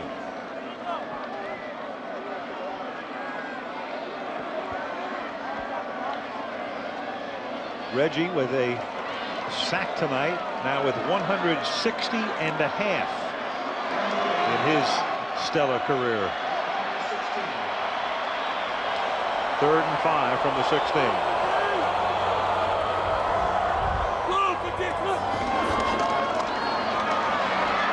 Favre throwing underneath. They'll convert as Desmond Howard makes the catch, takes it to the 29. Tim McDonald makes the tackle, and a big 3rd down conversion for the Packers with 1.5 minutes to play in the 3rd. Just another little something with Favre. He took everything off that. Just a wonderful touch to really help Desmond Howard catch that football. He really does have it all. But Dan, I think he really is, Al, I think he's really playing a little shaken out there. And Desmond Howard is actually a participant here now because of that injury to Robert Brooks. Derek Mays was going to be the 4th receiver. Now Desmond Howard has to fill that role. 1st and 10 from the 29-yard line. Favre. Oh, wow. The catch is made by Don Beebe. Big night for Don, the longtime Bill who spent last season with the Carolina Panthers. Oh, but what another rifle shot by Favre over the man underneath. Just dropped it in there perfectly. But who's he been working to? Beebe, the last one to Howard. Prior to that, you know, Antonio Freeman is his big play guy, but he's had a couple drops, and you wonder if Brett's lost a little confidence in him. Right. And he was going to Keith Jackson early on, made that one reception. Also, the 49ers have done a good job tonight taking the running backs out of the passing game. But now they go to the running back, Dorsey Levens, and he takes it up to the 43-yard line. A little screen back across the field that was read by the 49ers really well, and it was Levens who just turns absolutely nothing into something. And that will be the final play of the third quarter.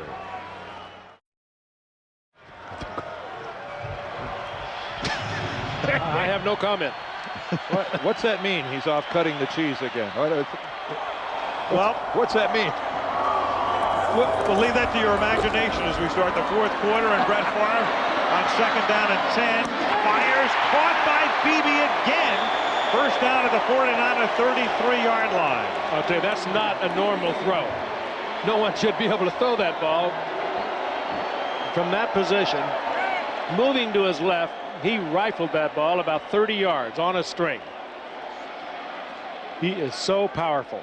He's actually like backpedaling. He turns all the way around and starts almost backpedaling, throwing that football. You're right, Frank. That's a gift. That is a gift. Brett Favre blessed with a rocket for an arm. The 31-year-old BB, 6 catches for 170 yards tonight. 11 swings to the outside and taken down beautifully by Lee Woodall. Hung right with him.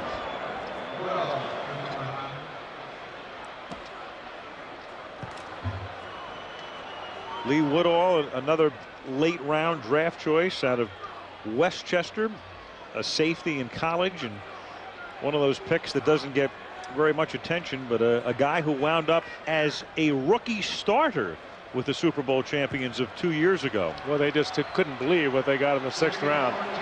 A safety from a small school starting at linebacker for them as a rookie.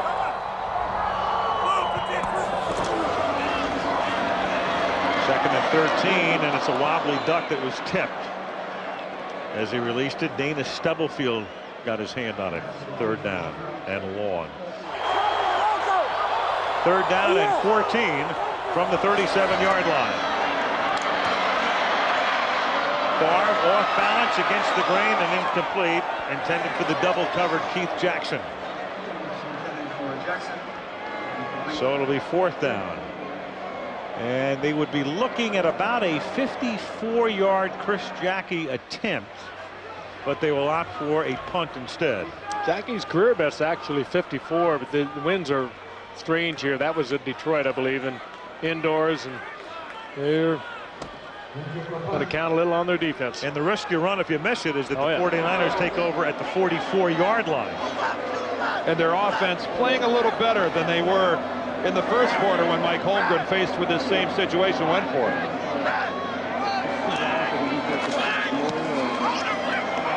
Hendrick tries to put it into the corner and can't. Into the end zone instead.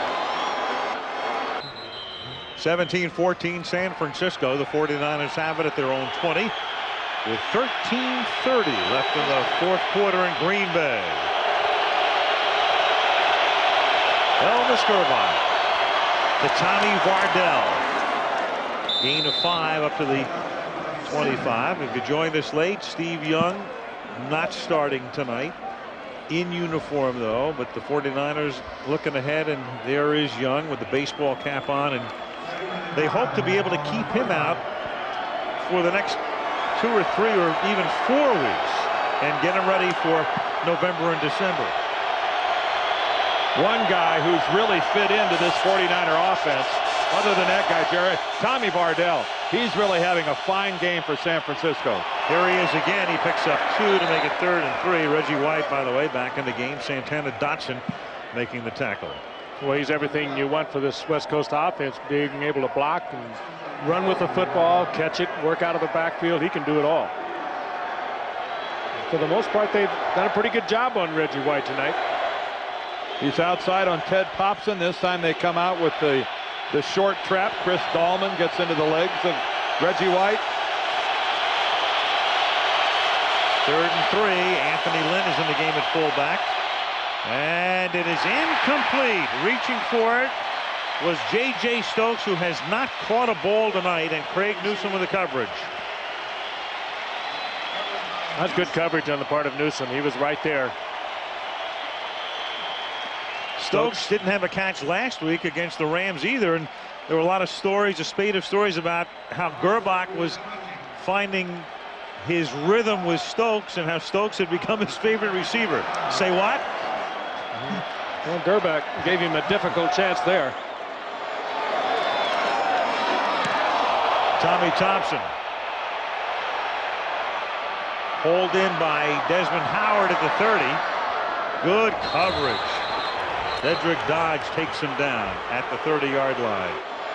Desmond Howard on the left behind the official Elvis Gerbach. And I think everybody knows about their history together at the University of Michigan, where Howard won the Heisman. Gerbach set all the passing records. These two guys went to high school together. They were teammates in the same class at St. Joseph High School in Cleveland, Ohio. They go way back. On 1st down, the pass intended for Dorsey Levens, a little low and incomplete. 2nd and 10. Follow-up just on the Gerbach situation with Desmond. Elvis found his way to Michigan because they came down there to recruit Howard, who was a tailback. They took a look at this quarterback who wasn't bad throwing the ball, and Elvis kind of came in the back door. He said Desmond was the tailback, They wanted him desperately, and I kind of just tagged along. Two of them linked up for 31 touchdown passes at the University of Michigan. 2nd and 10. Favre throws. It's caught by Antonio Freeman. That's a 14-yard gain on the first down up at the 44-yard line. Green Bay down by 3. 1st and 10 up at the 44-yard line. Favre deep. Look at that pass. But Beebe was on the chalk. Out of bounds. Dropped it anyway. Marquez Pope back there with him. Don Beebe, a guy who amazed everybody by making the Buffalo Bills in the first place, amazed everybody by staying there as long as he did, and now looks like as if he's in the prime of his career. Boy, and that came close to being the whole thing. And he gave you a good display of that 4.29, 4.3 speed that he still has, as you saw him accelerate right by Marquez Pope, who had excellent position on Beebe. Favre's thrown for 300 yards tonight, 170 of those to Beebe. 2nd and 10, and they give it to Henderson, and that's a nice hole through the middle, and he takes the ball to the 49 tackled by Barker. Good changeup going with the draw on 2nd and long. 49ers trying to get to Brett Favre. The chess game plays out. Pete Carroll, the defensive coordinator, has done a terrific job. Sherman Lewis talking into the headset. They spot it right at the 50, make it 3rd and 4 from the 50-yard line. Pressure on Favre. He has to unload and throws it away. Good pressure by the Niners that time, forcing a punt. 4th down. You know, at that time they came up the middle and they forced Favre, you know, to move out of the pocket. If you're Pete Carroll, you know, aren't you a little apprehensive because you're putting a guy on the move that's more dangerous on the move than when he's stationary in the pocket? But they're doing a good job in the coverage, Dan. They're staying with the coverage and still managing to get the force on Brett Favre. They've been doing it all night. Hentrick to punt. High floating kick. Fair catch called for and made by Carter on his knees at the 11. So the last time we saw this scene, it precipitated the line from Dan. Macarena and cheese. Right. It's kind of the Lambeau Field version of the 7th inning stretch. They Macarena for 2 minutes. They've had a little too much rice with their cheese tonight. First down from the 11-yard line. And looking for Stokes. Great coverage again by the Packers as Stokes continues to be shut out. So now if you put it in the air, you got to think they're going to try to get it to Rice. Derek Lavelle is in the game. He gets the football. And the erstwhile starter up to the 12-yard line. And with Lavelle in there right now spelling Kirby.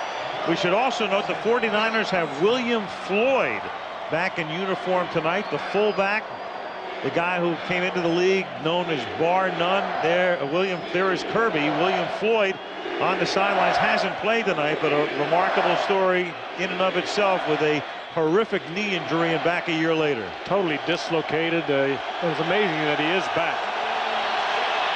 But if he gets healthy, he will be a factor later in the season. Good receiver out of the backfield. 3rd down and 8. Pressure up the middle and nearly picked off. Gilbert Brown came charging in to put the pressure on. That's the 2nd time in as many series that Elvis Gerbach has, at the last minute, decided to get rid of the football, throws it into the middle of the field, and almost gets picked off. That's where you were talking about. Here comes Gilbert Brown. Gilbert Brown is a lot of Gilbert Brown. Blows his way right into Gerbach's face. Tommy Thompson to punt. Howard back. Good punt. 47 yards. Taken at the 36-yard line. And great coverage by the white shirts. 49ers down and back at the 33-yard line.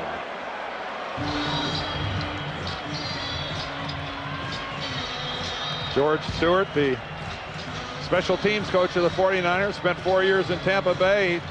Rightly so, congratulates his guys. Outstanding coverage. 49ers have rarely put a great deal of emphasis on their special teams, but trying to do more of that this year. They've always felt that with their offense and the way their defense would normally play, that was one area that was just never emphasized and never stressed by the 49ers, special teams. One thing Mike Holmgren talked all week to his club about was being in a tight ball game, because they don't have any experience in doing so. They're in one now. We'll see if it paid off. And Favre throws. It's caught up at the 40-yard line. 8-yard gain. Beebe again. You know, win or lose this ball game, I think Holmgren's club will come out of this better off for having at least been in a pressure-packed fourth quarter. You know, not much good comes from losing, no matter what type of a spin you try to put on it, but at least they'll gain some experience there, and of course to win it, a huge plus. Under 9 minutes to play on 2nd and 2. Levin swings to the outside, so they've been going with Levins in the second half instead of Bennett, and Gary Plummer makes the tackle. And we have not seen Chimura or Keith Jackson in a long time. Jackson, of course, had that big play in the first quarter, and I think the 49ers realized that they were going to have to make an adjustment to cover Jackson, not with a linebacker, but with somebody more able to run with him, and I think that's what has kind of taken them out of the game.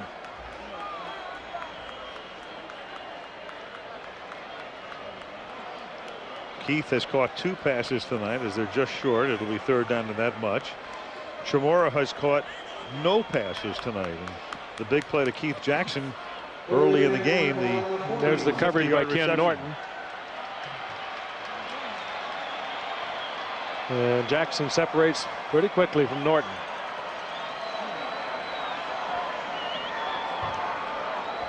Well, they are.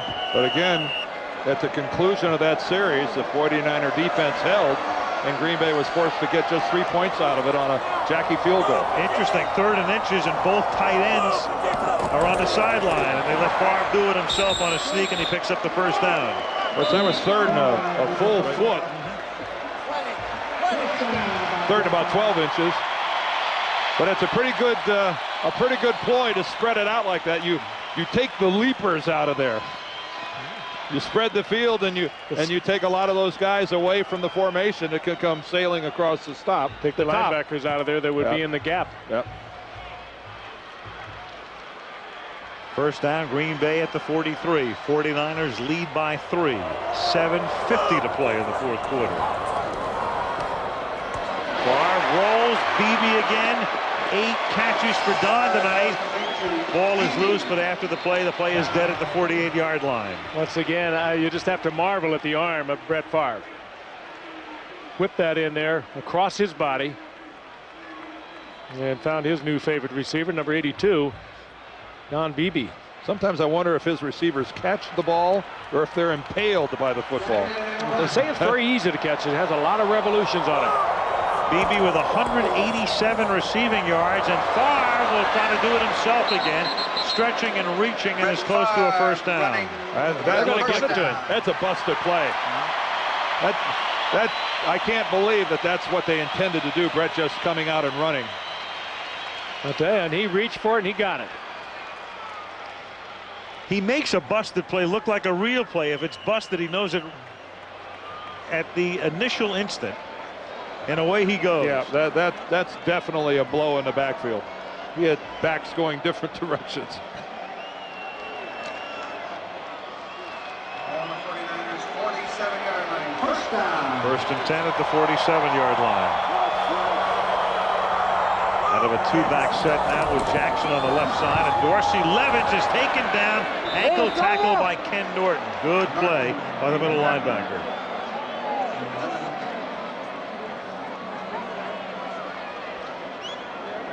Ken Norton Jr., a member of championship teams in Dallas and in San Francisco. He found his Pro Bowl as a 49er last year. Great quickness. Not all that big. Only about 240, but he is very, very quick and very athletic. 2nd and 10 at the 48. 6:10 remaining. Corner blitz. They pick it up nicely. Favre then throws, and he finds Freeman at the 40-yard line, and he rolls to the 39, where it'll be 3rd down and 2. I'll tell you, when you're rolling on the ground and 46 is coming at you from the 49ers, it takes a lot of guts to continue to roll because you know you're going to get hammered. What a great job by Frank Winters, the center of the Packers, who comes all the way out after snapping the ball and picks off the blitz off the corner to give Favre that extra time. And Edgar Bennett heads to the Packer locker room. Bennett out. We've seen Levens in the second half, 3rd and a long 1 from the 39-yard line.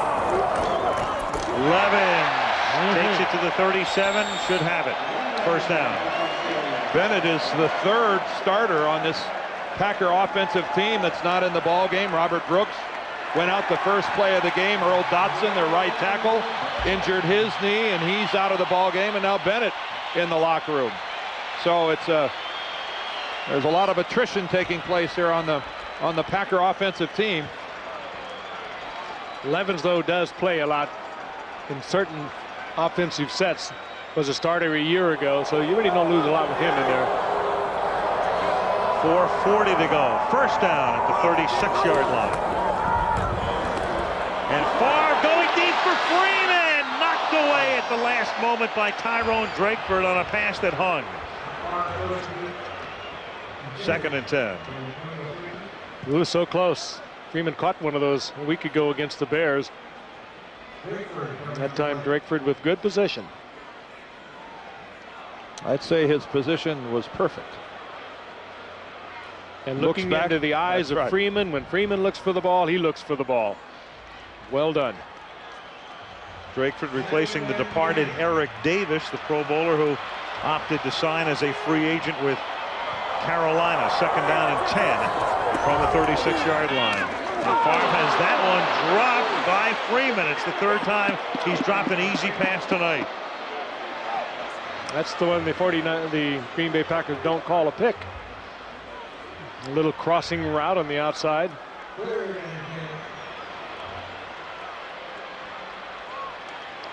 Favre on the roll. Oh, that's 3 now. I would say that Antonio Freeman has reached the point where he's lost his confidence. Well, they need not only a 1st down, but at least a little yardage here, because they're looking at a 54-yard field goal attempt if they don't gain anything on this play. And Favre throws, and they get the 1st down, and Freeman gets the confidence back. Favre really had no place to go. He got to Freeman, and once again, absolutely a brilliant throw off balance. And perfectly placed. And I think Dorsey Levens, the back in there, did a super job picking up the 49er blitz. There's Levens, 25. Look at him pick up Tim McDonald. McDonald takes to the airwaves, and just another perfect pass. And Freeman finally held on. But with the blitz, you also got your coverage of your wide receiver from the safety, Merton Hanks. 1st down to the 20. 4:26 remaining in the 4th. With the Niners leading by 3. Going for Freeman again, reaching, and it's incomplete. Drakeford with the coverage.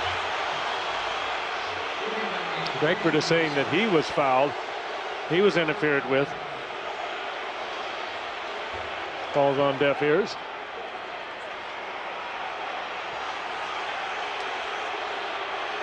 Well, Drakeford's in a good position all night long. There was a bump there. You could see Drakeford's shoulder going into Freeman. Well, Freeman grabbed Drakeford's arm also. That's pretty much contact of the incidental variety. Yeah, these guys do have pads on. 2nd and 10, 4:22 left. Here's Dorsey Levens to the 17-yard line. They have bullseyes all around this stadium, especially down in the end zones where Robert Brooks, as we mentioned, started it off. There's the biggest. 3rd down, call it 8 now. 18-yard line. 3:47 left in the 4th. Does Pete Carroll come after him? 3 receivers set to the left. Favre goes that way, almost picked off. Intended for Howard. Marquez Pope to break it up, And now Chris Jackie to come in to attempt what will be about a 35-yard field goal. Strange in that situation. He goes to the guy who really doesn't have a lot of experience running plays from scrimmage here for the Packers, and Desmond Howard. And obviously Howard had not yet made his break when the ball's thrown by Favre, and a miscommunication almost cost him. 35-yarder for Jackie to try to tie the game. He's made them from 30 and from 25, and this one is good. And Green Bay has erased an 11-point halftime deficit. 3:35 left in the fourth quarter, and the Packers and the 49ers tied at 17. Well, whatever the outcome, I think we have had a few questions answered about the Green Bay Packers. We said they have not played in a close game other than the one they lost to Minnesota. But they have come out here in the second half. They were a very determined football team. They came back, and they've got this all knotted up. And I think we're also seeing what happens when two very good football teams play one another. There's two good defensive teams. Again, you see how the Packers have dominated the second half from a yardage standpoint, and over about 132 yards ahead of the 49ers overall. These are two quality football teams duking it out. 49ers had taken total control of this game in the second quarter, and it was a question whether Green Bay was going to come back, and they did. Hentrick kicks off. Dexter Carter from the 6. Swinging to the outside. Good run back and thrown out of bounds up at the 34-yard line by Tyrone Williams. Now, granted, it's only the middle of October, and you don't want to get ahead of yourself, but you're looking at two clearly elite teams in the NFC. And if they wind up with similar records this season, and they get to the NFC Championship game, you could be looking at where you're going to play it. I know it's not too early to talk about that. They may all vote on San Francisco for the NFC Championship game. Late January. First down from the 34-yard line. Gerbach swinging it out, caught by Kirby, and he gets taken down from behind by George Kuntz up at the 39-yard line. And comes up shaking. Yes, he is. Kirby, a couple of years ago, had a very severe knee injury. I'm not saying that's what it is, but he was out for a year, came back, and had a good year a year ago. And he is in pain. I think Kuntz fell on the back of his leg. Watch if Kuntz doesn't fall. Right there. Oh, yeah, he rolls up his right ankle. And he immediately grabs for it. Yeah.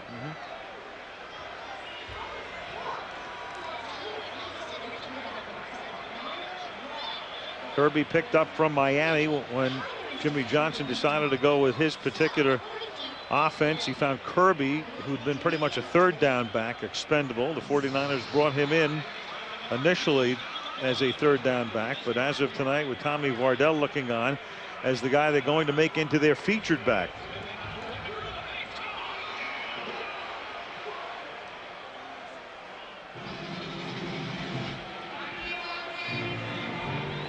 They continue to look at Kirby. I think they're looking at his knee. And in his absence, we will see Derek Lavelle, the guy who took over last year and did a fairly decent job. And there he is, and he started this year as the starter. But one of those guys that the 49ers would always compliment and talk about his grit, but you always knew they were looking out of the corner of their eye to replace him. He had over 700 yards rushing a year ago. He caught just under 90 passes. There's a good sign. Kirby That is actually a real good sign. Kirby jogging off.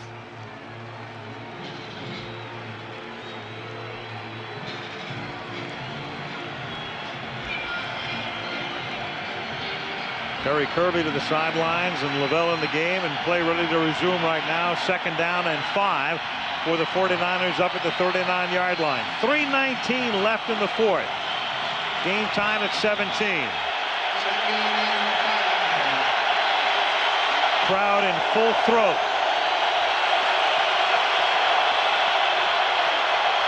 Swing pass, Lavelle. Tackled immediately at the 39-yard line by Kuntz. So impressed with the play of both of these defensive teams here tonight. The coverage has been good. The tackling has been crisp. We've not seen a lot of blows. This has just, I think, been a really well-played defensive football team by both Pete Carroll's 49ers squad and Fritz Schirmer's Green Bay team. 3rd down, 5. 2:40 to play. Incomplete, forcing a punt. Intended for Rice. Doug Evans with the coverage.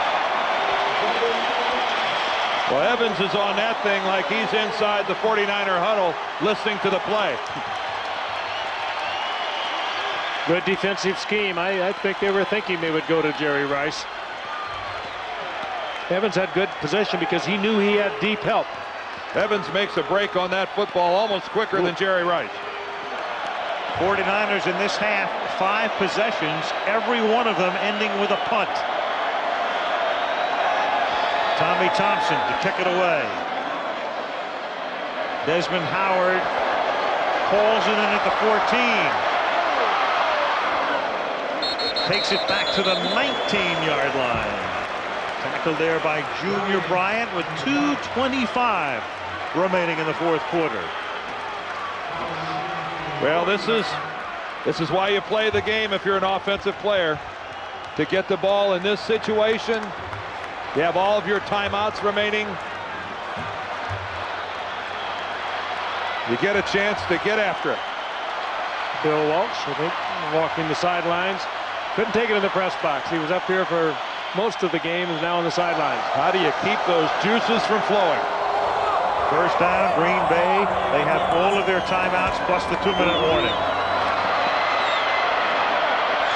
And Favre throws, and it's incomplete. He's trying to get it into Antonio Freeman, who was covered at that point by Lee Woodall. 2nd down. Favre had enough trouble trying to get away from Dana Stubblefield. Yeah, Favre has had some drops tonight. That's one of the reasons that Brett, and it's incredibly uncharacteristic for him to complete less than 50% of his passes. In fact, the only time in the last several years he completed less than 50% of his passes was in the monsoon Monday night game in Chicago 2 years ago, a game he still won. 2nd and 10, and that's picked off, intercepted by Marquez Pope, and the 49ers have a 1st down at the Green Bay 13-yard line. We're talking about a good read. Pope, who had coverage, but he had double coverage, had deep man zone behind him. Well, he just read it perfectly. But he's throwing it to a rookie, Derek Mays. And Frank, I want you to look at the route that Mays runs. And it's a real soft. Watch this route by Mays, Frank. Tell me what you think. He does not go for the ball for one. No, look at that. Now, Derek Mays, as a receiver, has got to make a better break to the inside than that. Marquez Pope, who has to keep reading about how vulnerable he is. Yeah, what's that? His 4th interception of the year. In the last 5 games. A full take that from the 12-yard line. Derek Lavelle to the 11-yard line. Well, when Marcus Pope came last year, he came as a safety, had been playing safety and was moved to the corner. Meanwhile, Green Bay now wants to take its timeout here. And then the clock will stop again at the 2-minute warning. They're already, in effect, conceding at least a field goal and figuring, okay, we're down by 3, and we'll conserve as much time as we can when we get the ball back. And on that interception, we can go all the way back to the first play of the game when the Green Bay Packers lose Robert Brooks. I don't know that Derek Mays is the guy you wanted to have to go to at this situation. Well, he was the read. You almost have to go with the read, and he did not follow his slant here, but it was played perfectly by Pope, who had coverage behind him. He was perfectly safe. Here's Robert Brooks, the first play of the game. He got his right foot way out in front of him, strained his knee, and immediately we were told he wouldn't play tonight, so there's some severity to it. Sure, there'll be some tests tomorrow that'll give Mike Holmgren and this team a better example, a better idea rather, of how long it'll be. Fritz Shermer sending out defensive instructions on 2nd down and 10 from the 12-yard line. The clock will stop after this play for the 2-minute warning. It is Derek Lavelle. He takes it to the 10. When play resumes, it'll be 3rd and 7, and the 2-minute warning comes officially with 1:59 to play in the 4th. 3rd down and 8 now for the 49ers at the Green Bay 10-yard line. Jeff Wilkins ready to kick a field goal if necessary. He'd prefer an extra point, obviously. I think we can count on that. Yep. 3rd down, 8 from the 10. And they're just going to settle for a field goal attempt with Gerbach simply moving the ball to between the hash marks and setting up a Wilkins attempt. And now Green Bay will take a timeout here to conserve the clock. 1:54 remaining, and they have 1 timeout, which that's a most interesting and a very uncharacteristic 49er call right there. That's a lot of time. That is extremely conservative. That's extremely conservative by the 49ers with this much time remaining in the ball game. Just going right in between the 2 hash marks to give him a spot in the middle. That's you see that in college football, but there's going to be a lot of time. The middle's not that big a deal anymore since they moved those hash marks in a few years ago. They could have run some seconds off that clock very easily. I'm sure I'm not tempted to loft one into the corner of the end zone and let Jerry go up for it. Or you got J.J. Stokes, a huge receiver on the other side at 6'4". Instead, they're going to opt for a 3-point attempt. Gerbach to hold. Wilkins from this range has been perfect in his NFL career. Of course, nobody ever retires perfect. No. 28-yard attempt. Straight through. So the drama thickens. There's some football left to be played here at Lambeau. 1:50 and 1 timeout at the Packers' disposal. And the ever dangerous Don Beebe on the receiving end of this kickoff. Having a career night. And ran one back 90 yards last week against the Bears.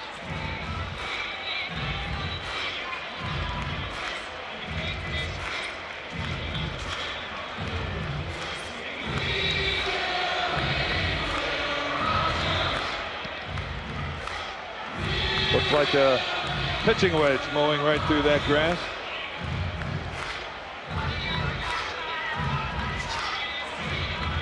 So the 49ers go up by 3. They go home after the game and then have Cincinnati next week in San Francisco. Then they go to Houston and to New Orleans. So a relatively soft schedule until they meet Dallas on the 10th of November. And again, Steve Young not playing tonight. 3rd week in a row he's been off with the groin injury. And if they can come into Green Bay against the hottest team in the league on the road on a Monday night and without Steve Young and win the game. The Packers 49ers. Packers have a bye next week. Holmgren gets on his Harley and goes. Kickoff taken at the goal line by Don Beebe.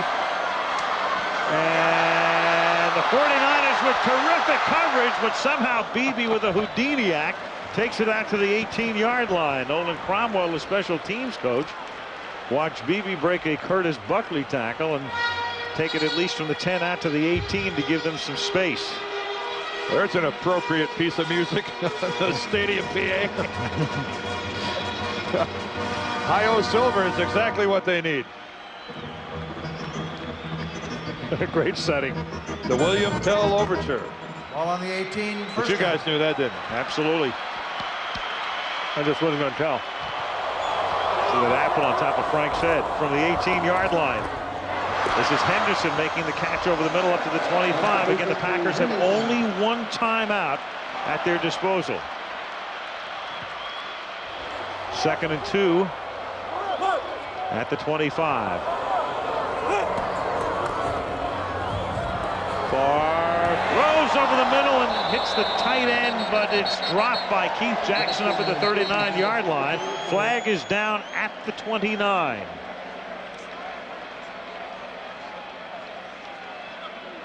And Jerry Markbright. Illegal hands to the face. Number 31, defense. 5-yard penalty. Automatic first down. Steve Israel. It's not that terrible a penalty. We have an unsportsmanlike conduct foul on number 39, 15 yards. That is. 5-yard penalty, and he's disqualified. Whoa! Oh, that's a terrible penalty. And he said, Jerry said 39. There is no 39. Well, I think he might have been 31. He might have been Israel. The 5-yarder was not that big. That's colossal. I did not see him push an official. It obviously has something to do what he said to the official. Well, Jerry will come back on here, I would assume. Both penalties will be enforced. Whoa, that's That 20 is big yards. time. 20 yards of penalties, and one of your dime backs in a dime back situation is thrown out of the game.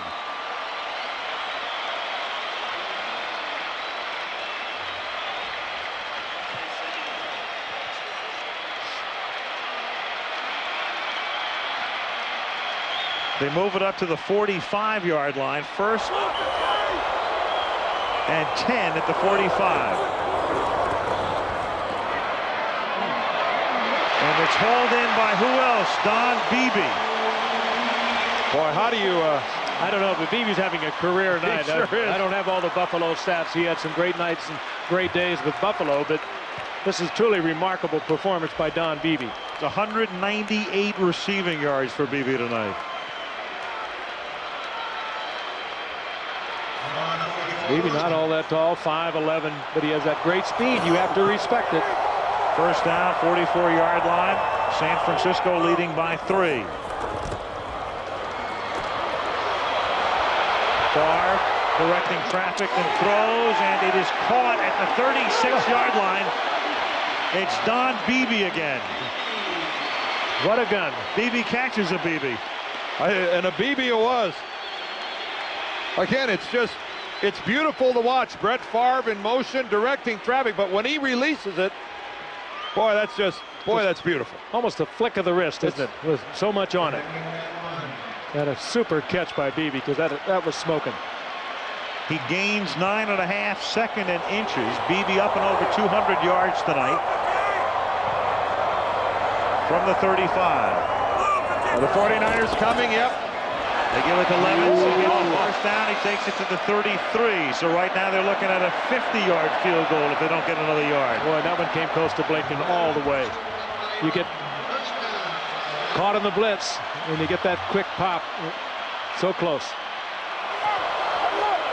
Chris Jackie, who's been efficient from 50 yards in his career, and he's looking at a 50-yarder if they don't gain another yard, but they do gain some here as Desmond Howard makes the catch at the 25-yard line. Now you're looking at a 42-yard field goal. There's Jackie. He stops the clock. And this is a good catch by Howard here, because this ball's back behind him a little bit. He's got to make the adjustment on this football, and does.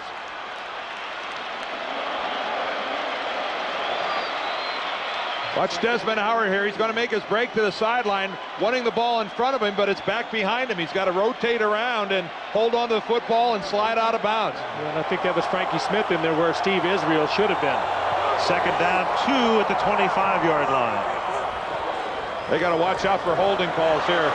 Favre stepping up, has the first down. It's hold down at the 14 and says, give me a timeout. Plays it like a linebacker, doesn't he? He's no hook sliding for Favre, but he was looking for the end zone. Yep. And Mike Holmgren going to the play sheet. What do I have for a situation like this? Because right now he's got to be thinking about getting into the end zone. I don't think that he's going to settle for a field goal to tie this up. They're going to take a shot or two at the end zone. Packers have just used their final timeout. 30 seconds remaining in the fourth. And here was the quarterback that was nearly whacked out of the game in the first half. We thought he might have been gone for the night.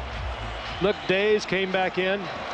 That was Ken on quite a show. That was Ken Norton that got all the way down there and put the hit on him.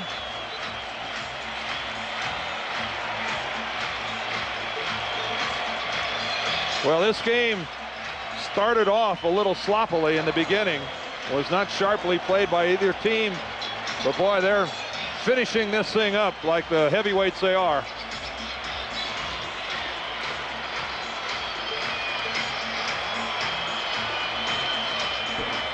Pack out of timeouts, first down. Walsh, who's watched the entire game from upstairs on the field in the waning moments. 1st and 10 from the 13. Favre in traffic, tries to throw it away and does. Tamura says, I was held. The official said you weren't. And Brett Favre is still down on the ground, and he looks like he's hurt. And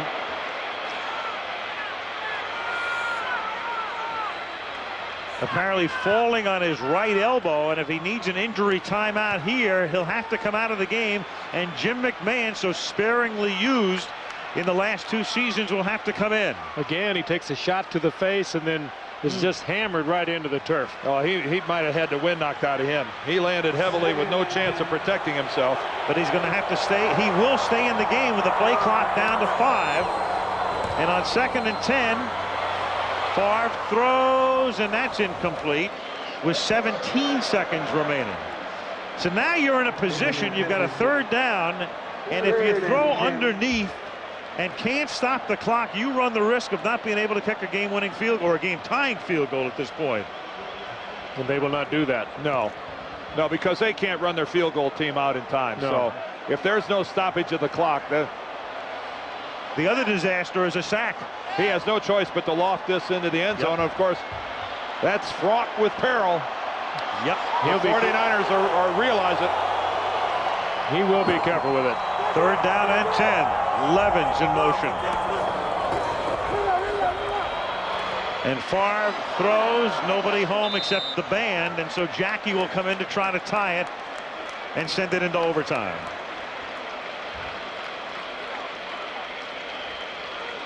They could have really used the timeout left in that situation. Being out really handicapped them on 3rd down. And Brett Favre showed more than a small measure of toughness staying in there after taking that shot, being driven into the ground hard. Now the 49ers will take a timeout as Chris Jackie gets set to kick what will be a game-tying 32-yard field goal.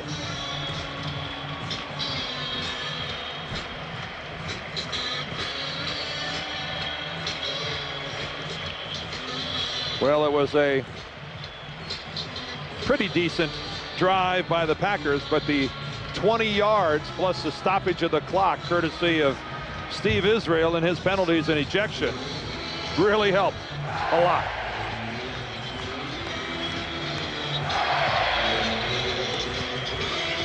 Craig Hendrick will hold it.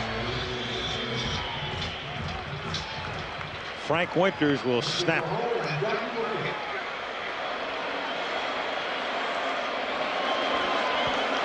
And it will be a 31-yard attempt. Yes, sir. And with 8 seconds remaining, we're tied again.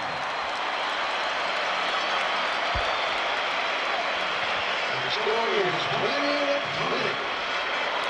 20-20. Well, we talked about it when San Francisco didn't take a shot at the end zone and was very quick to settle for a field goal that would give them a 3-point lead, knowing there was 1 minute and 55 seconds left for the Green Bay Packers. This is what could have happened to them and did. They got tied. There's Steve Israel. He provoked that additional 15 yards and was ejected from the game. I'm surprised he's still on the bench. Normally when a player is ejected from a game, he has to leave the field. Maybe number 39 left the field. Jerry Markbright originally called number 39. There is no such player on the 49er roster. Which is probably why Israel is still on the bench. Yes, sir.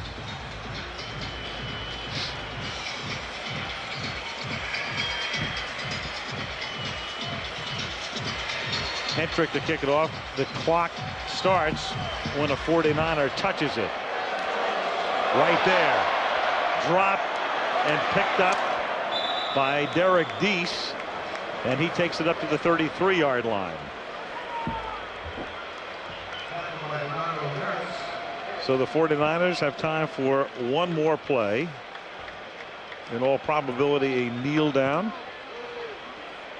And then the next critical call will be by the 49ers, heads or tails. And that so often is the critical call. Very quiet night, no wind.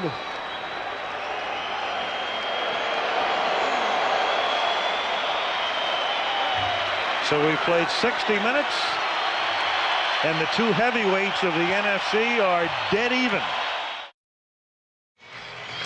The 49ers won the toss for overtime, so they will receive. Crouch standing, Craig Hentrick to kick, and Dexter Carter to run it back. So here we go, overtime in Green Bay. Carter from the goal line.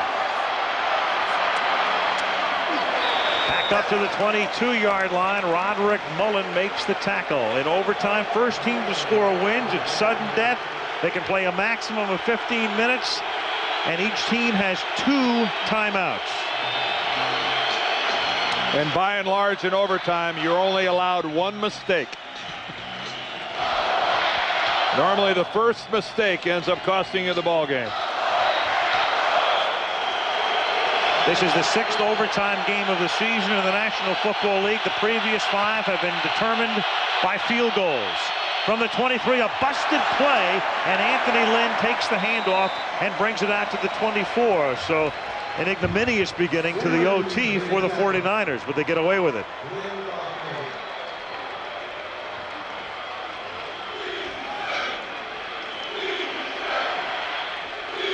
Second down, 9 from the 24-yard line.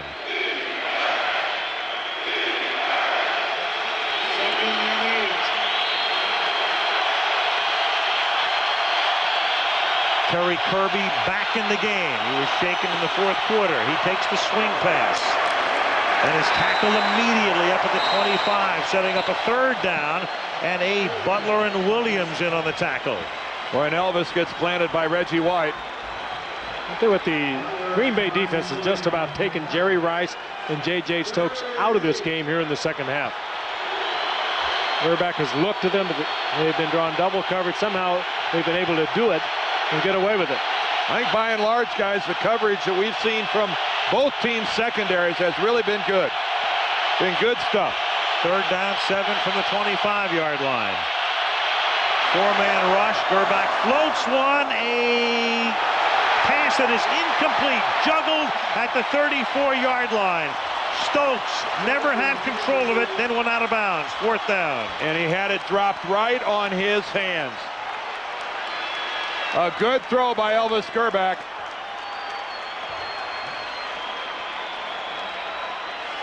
Just not able to pull it in. Gerback put it where he had to, outside. Can't be picked off there. Stokes not able to control it. Stokes hasn't caught a pass in 2 games. He was thinking about staying in bounds, not concentrating enough on the ball. The ball just on his fingertips. Stokes shut out tonight, and Rice, after a tremendous first half, only 1 catch in the second. Tommy Thompson to punt it. Desmond Howard to run it back. Short kick. Fair catch called for at the 44. So the Packers will start near midfield. And that punt was really close to being blocked, wasn't it? Yep, by Eugene Robinson. Yep. He thought he had it. That was Gerback's reaction on the Stokes pass. And here's the near block by Robinson. The snap was to the right and took Thompson to the right, and Thompson ends up kicking it almost right into the hands of Eugene Robinson. And whoa, how close he came to getting that. He did. I think he was also concerned, Dan, of rough running into him, whether he was going to get it or not. He went to the side instead of straight through the foot. First down from the 44-yard line, and the pass is incomplete, and they got away with one there. Beebe going one way and the pass going the other. Coverage by Drakeford. Where they got lucky there is that Drakeford was playing Beebe, not the football. He didn't see the ball. You were so right. Again, a timing pattern, and you can't suspect that maybe the BB and Favre have worked on all of these things as much as certainly he would have worked with Robert Brooks, who was injured early in the game and had to leave. Drakeford never saw the football. If he could have seen it and reacted to it, he might have got it. 2nd and 10 at the 44-yard line. Freeman in motion. They keep it on the ground. It's Levens to the 47, setting up a 3rd down and 7. We've played 1 minute and 50 seconds of overtime. Chris Jackie, the field goal kicker for Green Bay, has a career best of 54 yards, but again, that was indoors against Detroit. Well, here we have a 3rd and long. What are the odds of Brett Favre being on the move here, trying to make something happen? 3rd down and 7. He's going to drop straight back and find the open man. Beebe over the middle. 1st down at the 40-yard line. I mean, this is a game of a lifetime for Don Beebe. With a little move, he had man coverage by Drakeford, who's done a good job on him for the most part tonight. Beebe came right into his face, giving him a little look to the outside. He'll look over his right shoulder, freezes Drakeford. He goes with it, steps to the inside, and he's wide open. 3rd biggest night in Packer receiving history for Beebe. 220 yards, 11 catches. Short flip, 4-yard gain. Ball caught by Derek Mays. Chris Jackie, and it figures to be up to him shortly. At least right now they are headed in that direction. If they don't gain another yard, he'd have an opportunity from 52 yards. 2nd down and 5. Meanwhile, Favre closing in on 400. Brett has thrown for 395 in the game.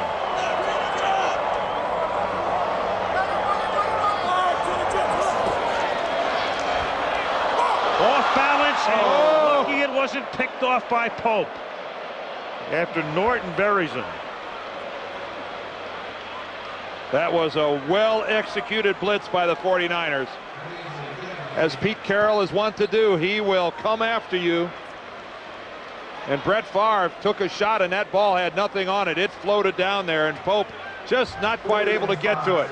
You can see Norton actually makes contact with Favre. He can't follow through. And Pope just has it bounce off his left forearm. Favre's 60th pass of the night, a Green Bay record.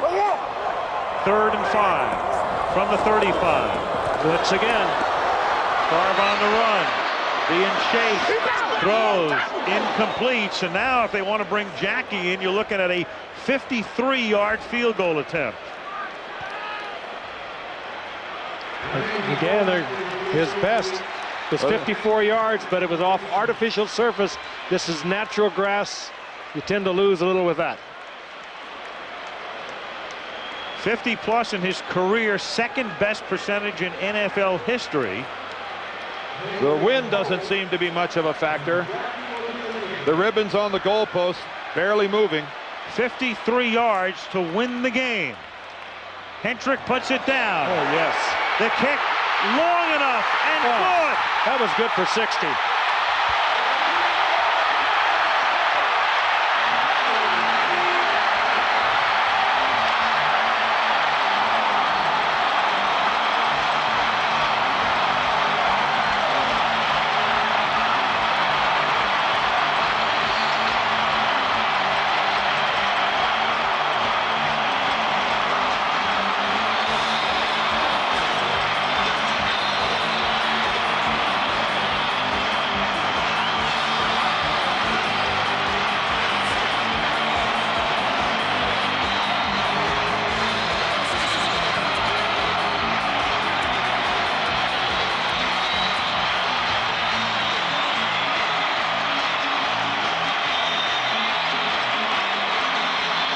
Frank, your initial analysis, I have to agree with. This might have been good from 60. It's still going up. Yep. That did not just barely clear the crossbar.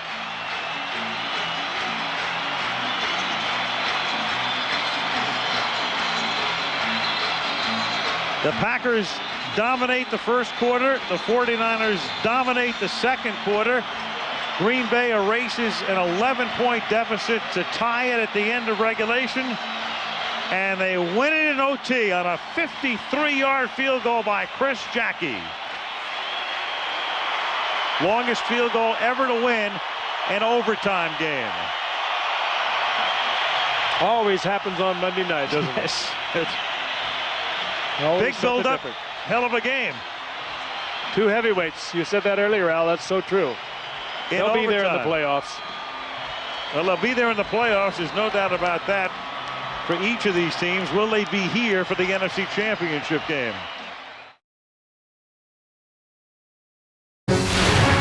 This NFL Films production has been brought to you by NFL Network.